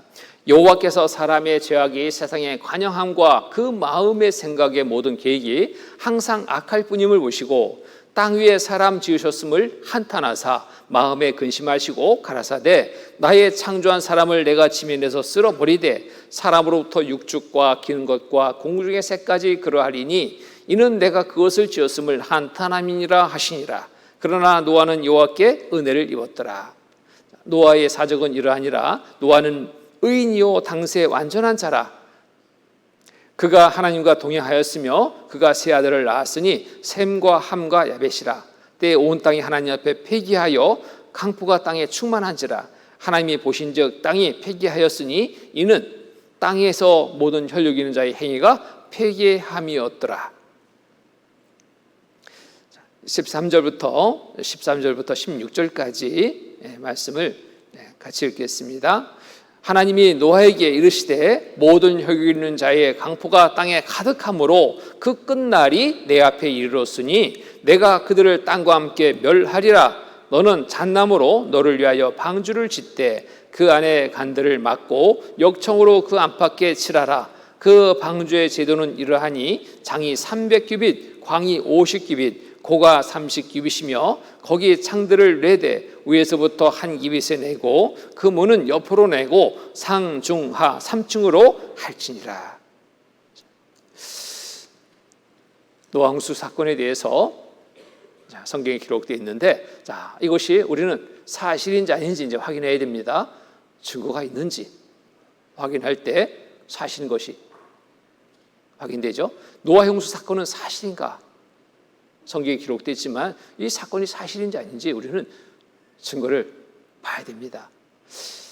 그런데 여러 부분에서 이 노아 홍수 사건에 대한 이야기가 나오는데 성경대로 사실이라는 많은 증거물들이 있게 됩니다. 노아의 홍수 단순한 신화인가?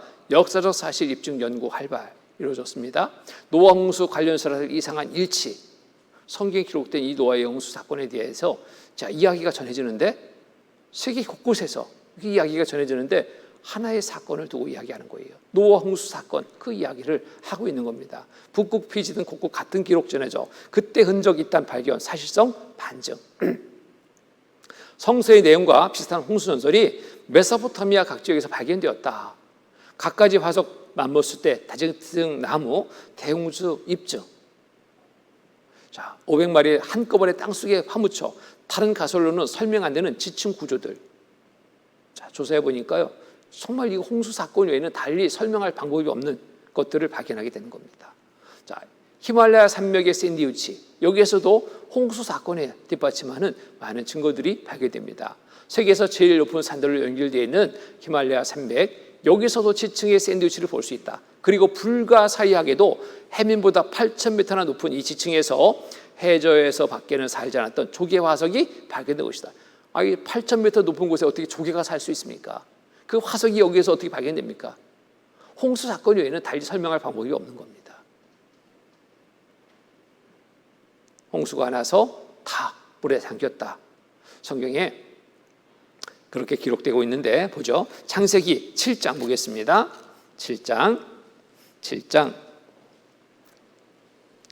10절로 12절 말씀 보겠습니다. 같이 읽겠습니다. 7일 후에 홍수가 땅에 덮이니 노아 600세대 전에 2월 곧 그달 17일이라. 그날에 큰 기품의 샘들이 터지며 하늘의 창들이 열려 40주야 비가 땅에 쏟아졌더라. 이러면은 노아 홍수 사건이 이렇게 성경에 자세히 기록됐습니다. 노아, 그와 세 아들이 있었죠. 셈, 함, 야벳. 노아의 아내, 또 그 자녀들의 아내들, 도합 8명이 하나님의 명한 대로 이들은 노아는 방주를 만들었습니다. 그 장이 보니까 300규빗, 고가 50규빗, 폭이 50규빗, 광이 50규빗, 폭이 높이가 고가 30규빗. 이 규빗이라는 단위는 현재 쓰지 않은 단위인데 센치로 계산하면요, 환산해 보면 1규빗은 어느 정도냐면 장정 팔꿈치의 손가락 끝까지입니다. 약 48cm 정도 되는 거예요. 이것이 300규빗 하니까 메타로 환산하니까 약 140m 됩니다. 50규빗 하니까 폭이 약 24m, 30규빗 하니까 높이가 14m, 상중하 3층으로 짓게 했죠. 오늘날 상성과 비교하면 약 1만 5천 톤급 되는 거대한 배의 모습입니다. 칸들을 막으라고 그랬죠. 과학적 설계였습니다. 이 구조 자체가 정말 놀라운 구조인 거예요. 여기에 코르키식한 암수 한 셋씩 방주에 들어가게 했습니다. 물로 심판하고 새로운 세상을 열 때 그 씨가 되게, 그 씨를 보존하려고 하나님의 암수 한 셋씩 이끌어서 방주에 다 들어가겠어요. 들어간 후 7일 후에 홍수가 시작됐는데, 이 홍수가 어떻게 시작됐냐? 하늘에서 비가 내리는데요, 창이 열려서 쏟아지는 것처럼 40주야 비가 쏟아졌습니다. 기품의 샘이 터져서 솟구쳐 물이 올라왔습니다. 이러기를 40주야 행해졌으니까 이 세상은 어떻게 됐을까요? 다 물속에 잠겨버렸습니다.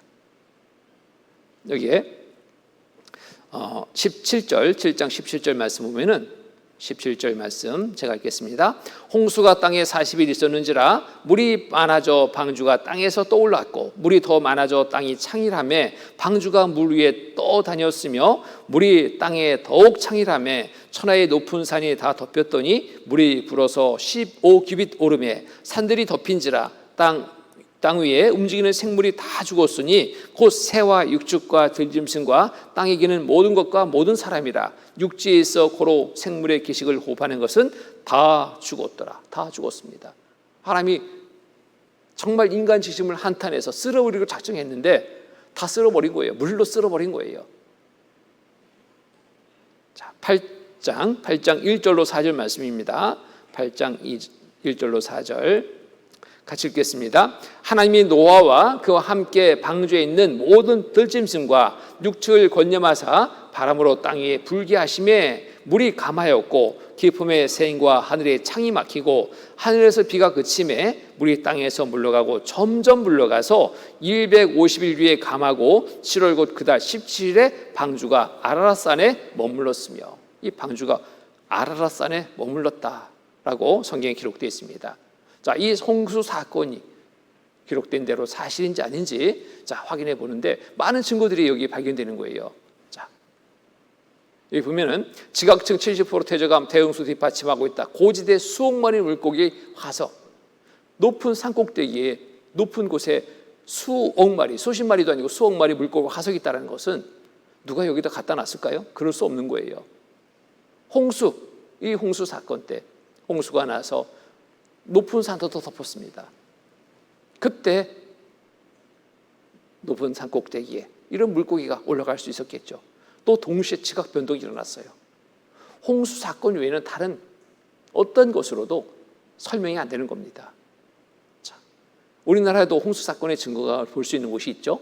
여기 전라북도 진안 마이산입니다. 저도 여기 몇 차례 갔다 왔습니다. 이곳에서 발견된, 산에서 발견된 물고기 화석이에요. 이 산이 물속에다 잠겼다, 확실한 증거죠. 그리고 이 봉우리를 보면요, 참 기이한 봉우리입니다. 어떤 봉우리냐? 그냥 일반 산 봉우리가 아닙니다. 말 기모양 같다 해서 마이산인데, 이 봉우리의 형성이 그냥 흙으로 쌓여진 봉우리가 아니라 돌입니다. 자갈. 물속에 굴러다니는 둥글둥글한 돌들이 석회질에 번복돼서 큰 봉우리를 만들고 있는 거예요. 자, 가봤습니다. 찍은 거예요. 직접 찍어봤습니다. 이런 돌들이에요. 이 자갈 무더기예요. 자갈 무더기. 둥글둥글한 돌들은 어디서 있는 돌이에요? 물속에 굴러다니는 돌 아닙니까? 홍수 사건이 사실이다라는 증거를 또 이렇게 볼 수 있는 겁니다. 남극서 아열대 식물 하수단지 발견했다. 여덟팔자, 배주자, 입구자, 이게 뭐예요? 배선자죠. 한자는 뜻글자잖아요. 배주자의 여덟팔자, 입구자. 노아의 여덟 식구가 배에 들어갔다. 이게 배선자입니다. 대홍수 피할 수 없는 역사적 사실, 물고기 화석, 염호가 입증, 문서 그림도 산재, 성경 묘사, 방주의 안전성, 현대학자도 인정한다. 방주의 안전성, 현대학자도 인정했습니다. 실제로 해사기술연구소에서 실험을 해봤습니다. 모형을 만들어서, 축소해서 모형을 만들어서 시험을 해봤습니다. 우리나라 조선 강국이잖아요. 그 많은 배들 모형 만들었어요. 노아의 방주도 모형을 만들었습니다. 축소해서 실험을 했습니다. 여러 가지 시험을 했는데 결론은 노아의 방주가 최고의 배다 밝혀졌습니다. 파도에 몇 미터 파도에 견딜 수 있는가 시험을 해봤는데요. 노아의 방주는 30m 파도는 거뜬히 견디고 최고 40m 파도까지 견디는 배였습니다. 엄청난 거예요. 깜짝 놀랐습니다. 하나님의 설계도입니다. 그리고 이 구조가 견고하지 않으면 그런 파도에 견딜 수가 없어요. 근데 구조를 보니까 정말 놀라운 과학의 설계입니다. 상중하 3층으로 구조되어 있죠. 그리고 칸들을 다 막으라고 했어요. 막으라고 했어. 이게 멀티홀의 구조를 갖게 되는 거예요. 외부에서 오는 충격을 가장 잘 견딜 수 있는 구조가 멀티홀의 구조거든요. 우리나라 그 KTX 앞부분이 그 멀티홀의 구조입니다. 충격에 잘 견딜 수 있도록. 노아의 방주가 그런 구조예요. 그러니 그 거센 파도도 견디는 거예요.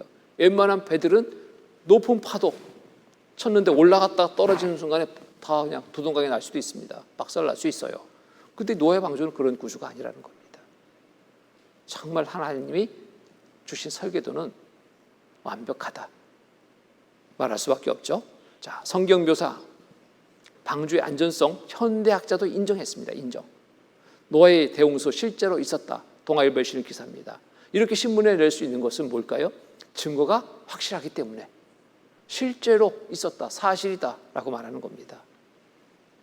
자, 노홍수 사건에 대한 성경을 보면서 우리는 몇 가지 의문을 가질 수 있었습니다.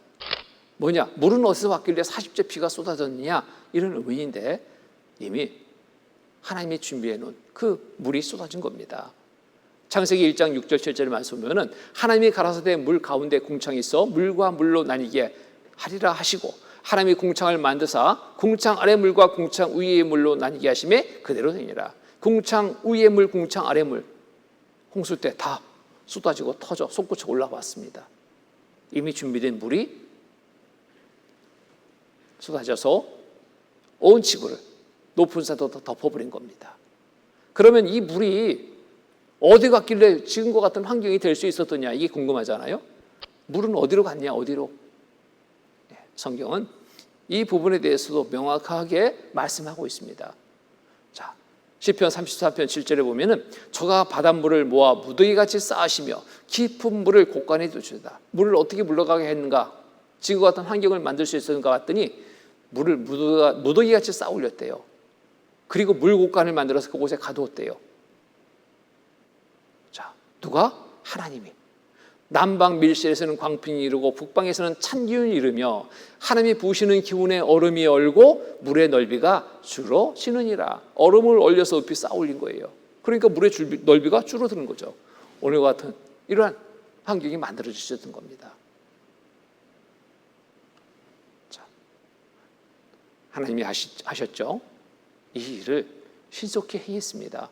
천천히 행하지 않았습니다. 시편 104편 6절 8절을 보면은 옷으로 덮인 같이 땅을 바다로 덮으심에 물이 산들 위에 섰더니, 물 위에 산들이 섰다는 건 뭐예요? 높은 산도 덮었다 이거죠. 주의 견책을 인하여 도망하며 주의 우레소리를 인하여 빨리 가서 주의 정하신 저수에 이르렀고 산은 오르고 골짜기는 내려갔나이다. 물이 물러가면서 동시에 지각 변동이 일어난 겁니다. 거대 계곡이 만들어진 거예요. 그런 계곡 따라서 물이 급하게 물러갔습니다. 물러가서 무더기같이 쌓아 올려줬습니다. 깊은 물간에 물이 가둬졌습니다. 물러간 흔적들이 지금도 남아 있습니다. 미국 그랜드 캐니언입니다. 거대 계곡이 그대로 남아 있습니다. 흘러간 흔적 이렇게 있죠. 자, 흘러가서 어디 갔는가 봤더니 무더기같이 어디다 쌓아 올리는가 봤더니 남극입니다. 여기 남극. 남극의 이 빙산이 평균 높이가 해발 약 2,400m 된다고 하죠. 2,400m, 백두산 높이 정도 되는 이 빙산. 과학자들은 말합니다. 이 빙산이 녹으면 홍수 심판 때와 같은 환경으로 이 지구는 다 물속에 잠긴다라고 발표하는 겁니다. 엄청난 물이 얼음으로 쌓아 올려져서 이렇게 있는 거예요.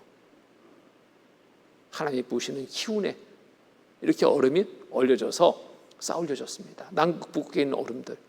최근에 문제가 막 생기고 있죠. 지구온난화 현상으로 온도가 점점 높아지니까 이 얼음들이 녹기 시작해요. 그러면서 해수면이 높이가 높아지고 있습니다. 바닷가에 사는 분들은 그것을 실감합니다.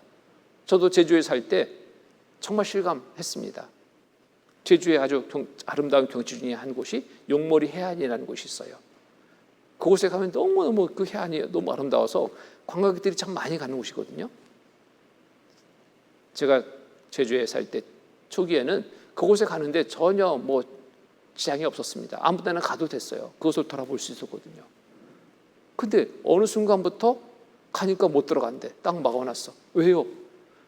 해수면이 높아져가지고 지금 길이 다 물속에 잠겨버렸대. 밀물, 썰물, 그 시간차에서 잠깐 돌 수 있는 그런 환경이 되어버렸습니다. 그만큼 해수면이 높아졌다는 증거입니다.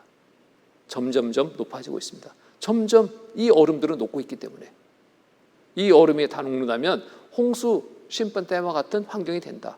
실감합니다. 자, 북극, 남극 얼음이 녹는다면 이렇게 도시 자체도 물속으로 다 잠겨버려요. 광주는 괜찮을까요? 똑같습니다. 다 잠겨버리는 겁니다. 깊은 물관을 만들었다 했는데 물관이 어딘가? 이렇게 깊은 물관, 곳간이라 표현할 수 있는 곳입니다. 깊이가 바다 밑 깊이가 11,529m. 여기에 높은 산, 가장 세계에서 높은 산도 이곳에 들어가면 퐁당 들어가요. 약 2,000m나 물이 더 덮어버립니다. 물곳간이라는 표현이 너무나 적절하지 않습니까? 자, 이렇게 해서 물은 물러갔습니다. 그래서 오늘과 같은 이런 환경이 만들어지셨던 겁니다. 또 성경에 보면은 참 의문나는 그러한 말씀이 있습니다. 노아 600세 되던 해 홍수가 났다 그랬습니다. 600세 요 한 절의 말씀을 보면 사람들은 이 인생 잘못됐네, 이거 고쳐야지, 60세로. 그런데 성경 그 이전의 부분을 보면요, 600세는 어린 나이에요. 900세 이상 다 살았습니다. 이게 어찌된 일이냐, 그러니까 내가 못 믿겠다니까 이런 분도 있어요. 어떻게 사람이 900살 이상 사냐, 말도 안 되지. 정말 그럴까요? 자, 환경이 지금과 달랐습니다. 과학자들은 연구해서 발표합니다. 홍수 이전의 환경이라면 사람들은 900살 이상 다 살 수 있었다. 자, 그렇게 발표하는 겁니다. 대홍수 이후 지구 환경이 엄청난 변화가 일어났습니다. 무엇으로 이 지구 환경이 변했냐면 궁창 위에 있는 물층이 사라지면서 지구 환경이 급변한 거입니다. 급변한 거예요. 이 물층의 역할은 굉장히 중요했습니다. 자, 태양으로부터 오는 고주 방사선을 차단해서 이 지구를 보호하고 있었던 겁니다. 그리고 태양열을 받으면 어느 한 부분에 받아도 이 물은 계속 돌게 돼 있어요. 보일러와 같은 역할을 한 겁니다. 지구 전체가 온난한 기후를 형성하게 한 겁니다. 사람이 살기 좋은, 모든 것이 살기 좋은 그러한 환경이 갖춰졌던 겁니다. 그런데 이 물층이 사라지니까 급변해버렸어요. 환경이. 이렇게 물층의 역할은 굉장히 큰 역할을 했던 건데, 물층이 없어지면서 이 모든 것들이 그냥 다 내리쬐게 돼 있죠. 자, 인간의 수명 900살 가능했다. 한국과학기술원의 노희천 교수가 발표합니다. 하늘에 물층이 존재했기 때문에 가능하다. 햇빛 속 생물의 해로운 고주방사선 차단, 적당 온도 햇빛 보내 지구 전체 온난한 기후를 형성했기 때문에 가능했다라고 말합니다. 실제로 자, 성경을 바탕으로 인간의 수명을 이렇게 얼마나 살았는지 비교해 보니까요, 정확한 분기점은 노아 홍수로 인해서 시작됩니다. 이때가 딱 분기점이에요. 이전에 사람들은 900세 이상 다 살았어요. 그런데 노아가 600세에 홍수가 났죠. 350년을 더 살았습니다. 그런데 그 다음 아들 셈함 야벳이죠. 이 아들 중에 한 명 셈이 몇 세 죽었는가 봤더니 600세 죽었어요. 그 다음에 아르바사 438, 그 다음에 벨렉 239, 점점점 인간의 수명이 줄더니 급기야는 7, 80의 연수로 이렇게 확 줄어든 겁니다. 무엇에 의해서 인간의 수명이 오래 살았고 이렇게 수명이 단축됐는가 봤더니 물층의 역할, 홍수 전후로 정확하게 나뉘어지는 겁니다. 노아 홍수 후 인간 수명이 단축됐다, 이렇게 말하는 겁니다. 대권의 투명 수막으로 지구 보호, 적도 극지방 모두 온화한 기온, 습도 유지, 캐로운 방사선도 차단, 노아 홍수 때 파괴됐다. 자, 잠자리 화석이 발견됐는데 이 잠자리 화석이 얼마나 큰 잠자리 화석이 발견됐냐면 날개 길이가 1m짜리 잠자리 화석이 발견됐습니다. 화석은 실제 존재했던 것들이잖아요. 그 증거잖아요. 어떻게 날개 길이가 1m짜리 잠자리가 살 수 있더냐? 지금 말도 안 되죠. 그런데 이때 살았다는 거예요. 어느 때? 노홍수 이전 사람들이 900살 이상 다 살 때 모든 것들은 오래 살았다. 이것을 볼 수 있습니다. 이 화석을 통해서 볼 수 있는 거예요. 그뿐이겠습니까? 이끼가 60에서 90cm. 이끼 60에서 90cm입니다. 자, 여기에 바퀴벌레도 30cm. 괜찮죠? 소라 1.5m, 새우가 2m, 여기 소가 9m. 자, 사람은 어땠을까요? 사람도 엄청났습니다. 발자국 화석이 발견됐는데 370mm에서 560mm, 이런 신발 신고 다니는 분이 있던가요? 엄청난 거인인 겁니다. 오래 살았기 때문에, 900세 이상 다 살았기 때문에. 자, 이런 화석이 무엇을 우리에게 알게 합니까? 홍수 전, 이 모든 것들 사실이다. 노아 홍수 사건 사실이다. 그 이후에 환경이 급변해서 오늘 같은 환경이 만들어졌다 하는 것을 볼 수 있습니다. 자, 또 결정적인 증거를 우리가 또 봐야 되는데, 창세기 8장 1절로 4절 말씀 보면은 이 노아항 방주가 점점점 물이 이제 물러가면서 어디에 머물게 됐다라고 했어요? 아라랏산에. 아라랏산에 방주 머물렀다 그랬습니다. 이 방주가 아라рат산에 머물렀다 했는데 이 방주 아라рат산에 가서 본다면 뭐 다른 거 다 필요 없겠죠. 성경 사실이다, 하나님 살아계시다, 이렇게 말할 수 있겠죠. 그런데 아라рат산은 높은 곳입니다.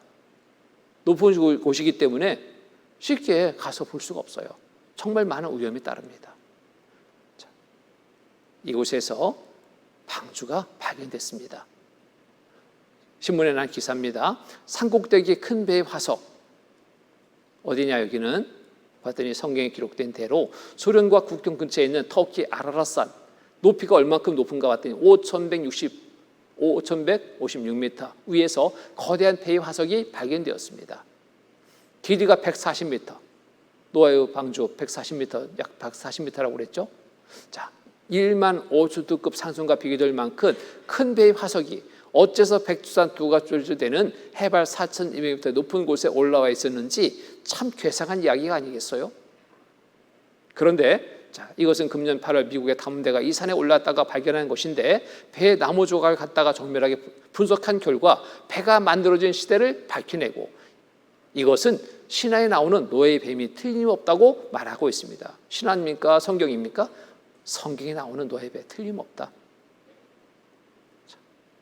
노아의 방주 아라рат산정 얼음 속에 있다. 많은 사람들이 이곳에 다녀왔습니다. 사진을 찍어오고 방주 쪽을 채취해 가져오고 분석해 보니까 그 연도가 똑같아요. 노아 홍수 사건 그때 그 시대에 밝혀집니다. 그리고 나무 재질이 밝혀지는데 잣나무로 밝혀져요. 이 아라рат산에는 잣나무가 한 그루도 살 수 있는 곳이 아닙니다. 환경 자체가. 그런데 이 얼음 속에서 잣나무, 사람이 다듬은 것 같은 그런 나무 토막을 발견하는 겁니다. 분석해 보니까 잣나무가 밝혀지고 그 사람의 손에 다듬어진 나무임이 밝혀지고 거기에 짐승의 배설물들까지 함께 있는 것이 발견됩니다. 그러면은 노아의 방주 묻힌 곳 해발 5,165m, 관광객이 봅니다. 인도 높은 산입니다. 높은 산이기 때문에 만년설로 덮여 있어요. 항상 덮여 있습니다. 얼음 창고 속에 하나님이 노아의 방주를 여기에 보관해 주신 거예요. 후대에 안 믿는 사람들 좀 보고라도 믿으라고. 근데 많은 사람들이 이곳에 탐험했습니다. 갔다 왔습니다. 내부 사진까지 찍어 왔습니다. 너무너무 정확한 사실이다라는 겁니다. 여기에 이름도 안 바뀌었습니다. 터키 아라рат산. 자, 성서 속 노아의 방주가 닿았던 곳 터키 아라рат산. 인공위성과 성서의 신비, 노아의 방주 아라рат산정 얼음 속에 있다. 있을 것이다. 추측이 아니죠. 있다. 확인했기 때문에 과학으로 부정했던 성경 속의 신비가 이제는 과학으로 증거케 됐다. 과학이 발달되면 될수록 이 모든 것들이 사실로 더욱더 밝혀집니다. 노아의 방주는 실제로 있었다. 학생 과학자 실린 기사죠. 실제로 있었다. 내가 가서 봤다 이거예요. 노아의 방주 터키 아라рат산에서 찾았다. 구약 성서에 나오는 것과 모양 크기가 같다. 정말 많은 기사들이 있습니다. 노아의 방주, 노아 홍수 사건에 대한 이 기사는 넘칩니다. 세계 곳곳에서 이 기사는 너무너무 많아요. 사실이라는 겁니다. 이 사람 직접 갔다 왔습니다. 방주 조각을 잘 나와서 지금 메고 오는 거예요. 이 사람 이름이 뭐냐면 나바라예요. 나바라. 좀 나보고 믿어라. 내가 갔다 왔잖아. 내가 잘라서 가져왔어. 분석해 보니까 노아의 배에 틀림없어. 얼음 속에 있어. 확실하게 나보고 좀 믿으라고. 신비의 사진을 일컬어진 이 사진은 자, 아주 뜨거운 여름철 잠시 얼음 속에 묻혀있는 이 노아의 배가 보인 적이 있습니다. 그때 사진을 찍었는데 이게 저게 뭐지? 저 거대한 물체가 어떻게 저렇게 얼음 속에 있지? 큰 바위도 아니고 사람이 만든 물체인데 저게 뭘까? 그러니까 이름 붙여져 뭐라고 붙여졌어요? 신비의 사진. 정말 신비롭다. 저게 뭐냐 저게. 보니까 노아의 방주였습니다. 노아 방주 연말 일반에게 공개하겠다. 어디에서? 터키 정부에서 발표했습니다. 터키 정부 아라팟산 유물 공식 인정했다. 유물이라는 것은 오래된 물건이잖아요. 얼음 속에 있는 아라팟산 얼음 속에 있는 노아의 방주 유물로 공식 인정했습니다. 저도 이거 가봤는데 아라팟산은 아니고 이 홍콩입니다. 홍콩의 방주 그 실제 크기대로 만든 그 방주 모형입니다. 상중하 3층으로 되어 있고, 이곳에는 자, 성경의 여러 내용들이 여기 쭉 전시되고요. 그리고 노아의 홍수 사건, 방주에 대한 여러 자료들이 여기 많이 전시되어 있었습니다. 자, 이곳에 노아의 방주, 그 아라산에 올라갔다 온 사람들이 가져온 그러한 증거물들도 여기에서 한때 전시되고 있는데, 그때 잠깐 저도 본 적이 있어요. 설명하는데 성경은 사실입니다. 노아의 방주 아라산장에 있습니다. 증거물을 보고, 사진을 보고 다시 한번 확실하게 확인할 수 있는 시간을 가졌습니다. 자, 여러 부분에서 증거가 참 많습니다. 일일이 그거 다 살펴보지 않더라도 몇 가지 증거물들을 통해서 우리는 믿을 수 있는 겁니다. 노아의 홍수 사건 사실인가 아닌가 보니까, 증거를 통해서 살펴보니까 사실이다. 곧 성경은 사실이다. 억지로가 아니라 자연스럽게 믿을 수 있는 그러한 시대입니다. 조금만 관심을 가지고 성경 보고 증거 보면 믿지 않을 수 없는 그러한 시대에 우리가 살고 있습니다. 여러분, 마음을 열고 이번 한 주간 계획된 일정 끝까지 참여해 보십시오. 정말 후회되지 않습니다. 후회하지 않습니다. 하나님이 여러분에게 주시는 좋은 기회입니다. 이 기회를 놓치지 마십시오. 끝까지 말씀 가운데 함께 해주실 것을 또 부탁드립니다. 내일은 좀 더 가까이에서 하나님을 볼 수 있는 한 면, 이스라엘 민족의 역사 속에서 하나님을 볼 수 있는 한 면을 함께 공부해 보겠습니다. 내일 뵙도록 하겠습니다. 같이 기도하시겠습니다.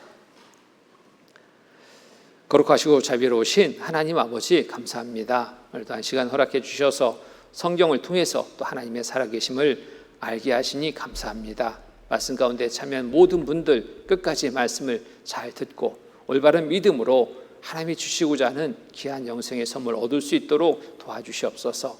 오늘 또 말씀을 마치고 돌아가는 걸음 살펴주시고 내일 이 자리에 오기까지 조금 더 어려움이 되지 않도록 주님 도와주시옵소서. 항상 우리를 사랑하시는 거룩하신 주 예수 그리스도 이름 받들어 감사하며 기도드립니다. 아멘.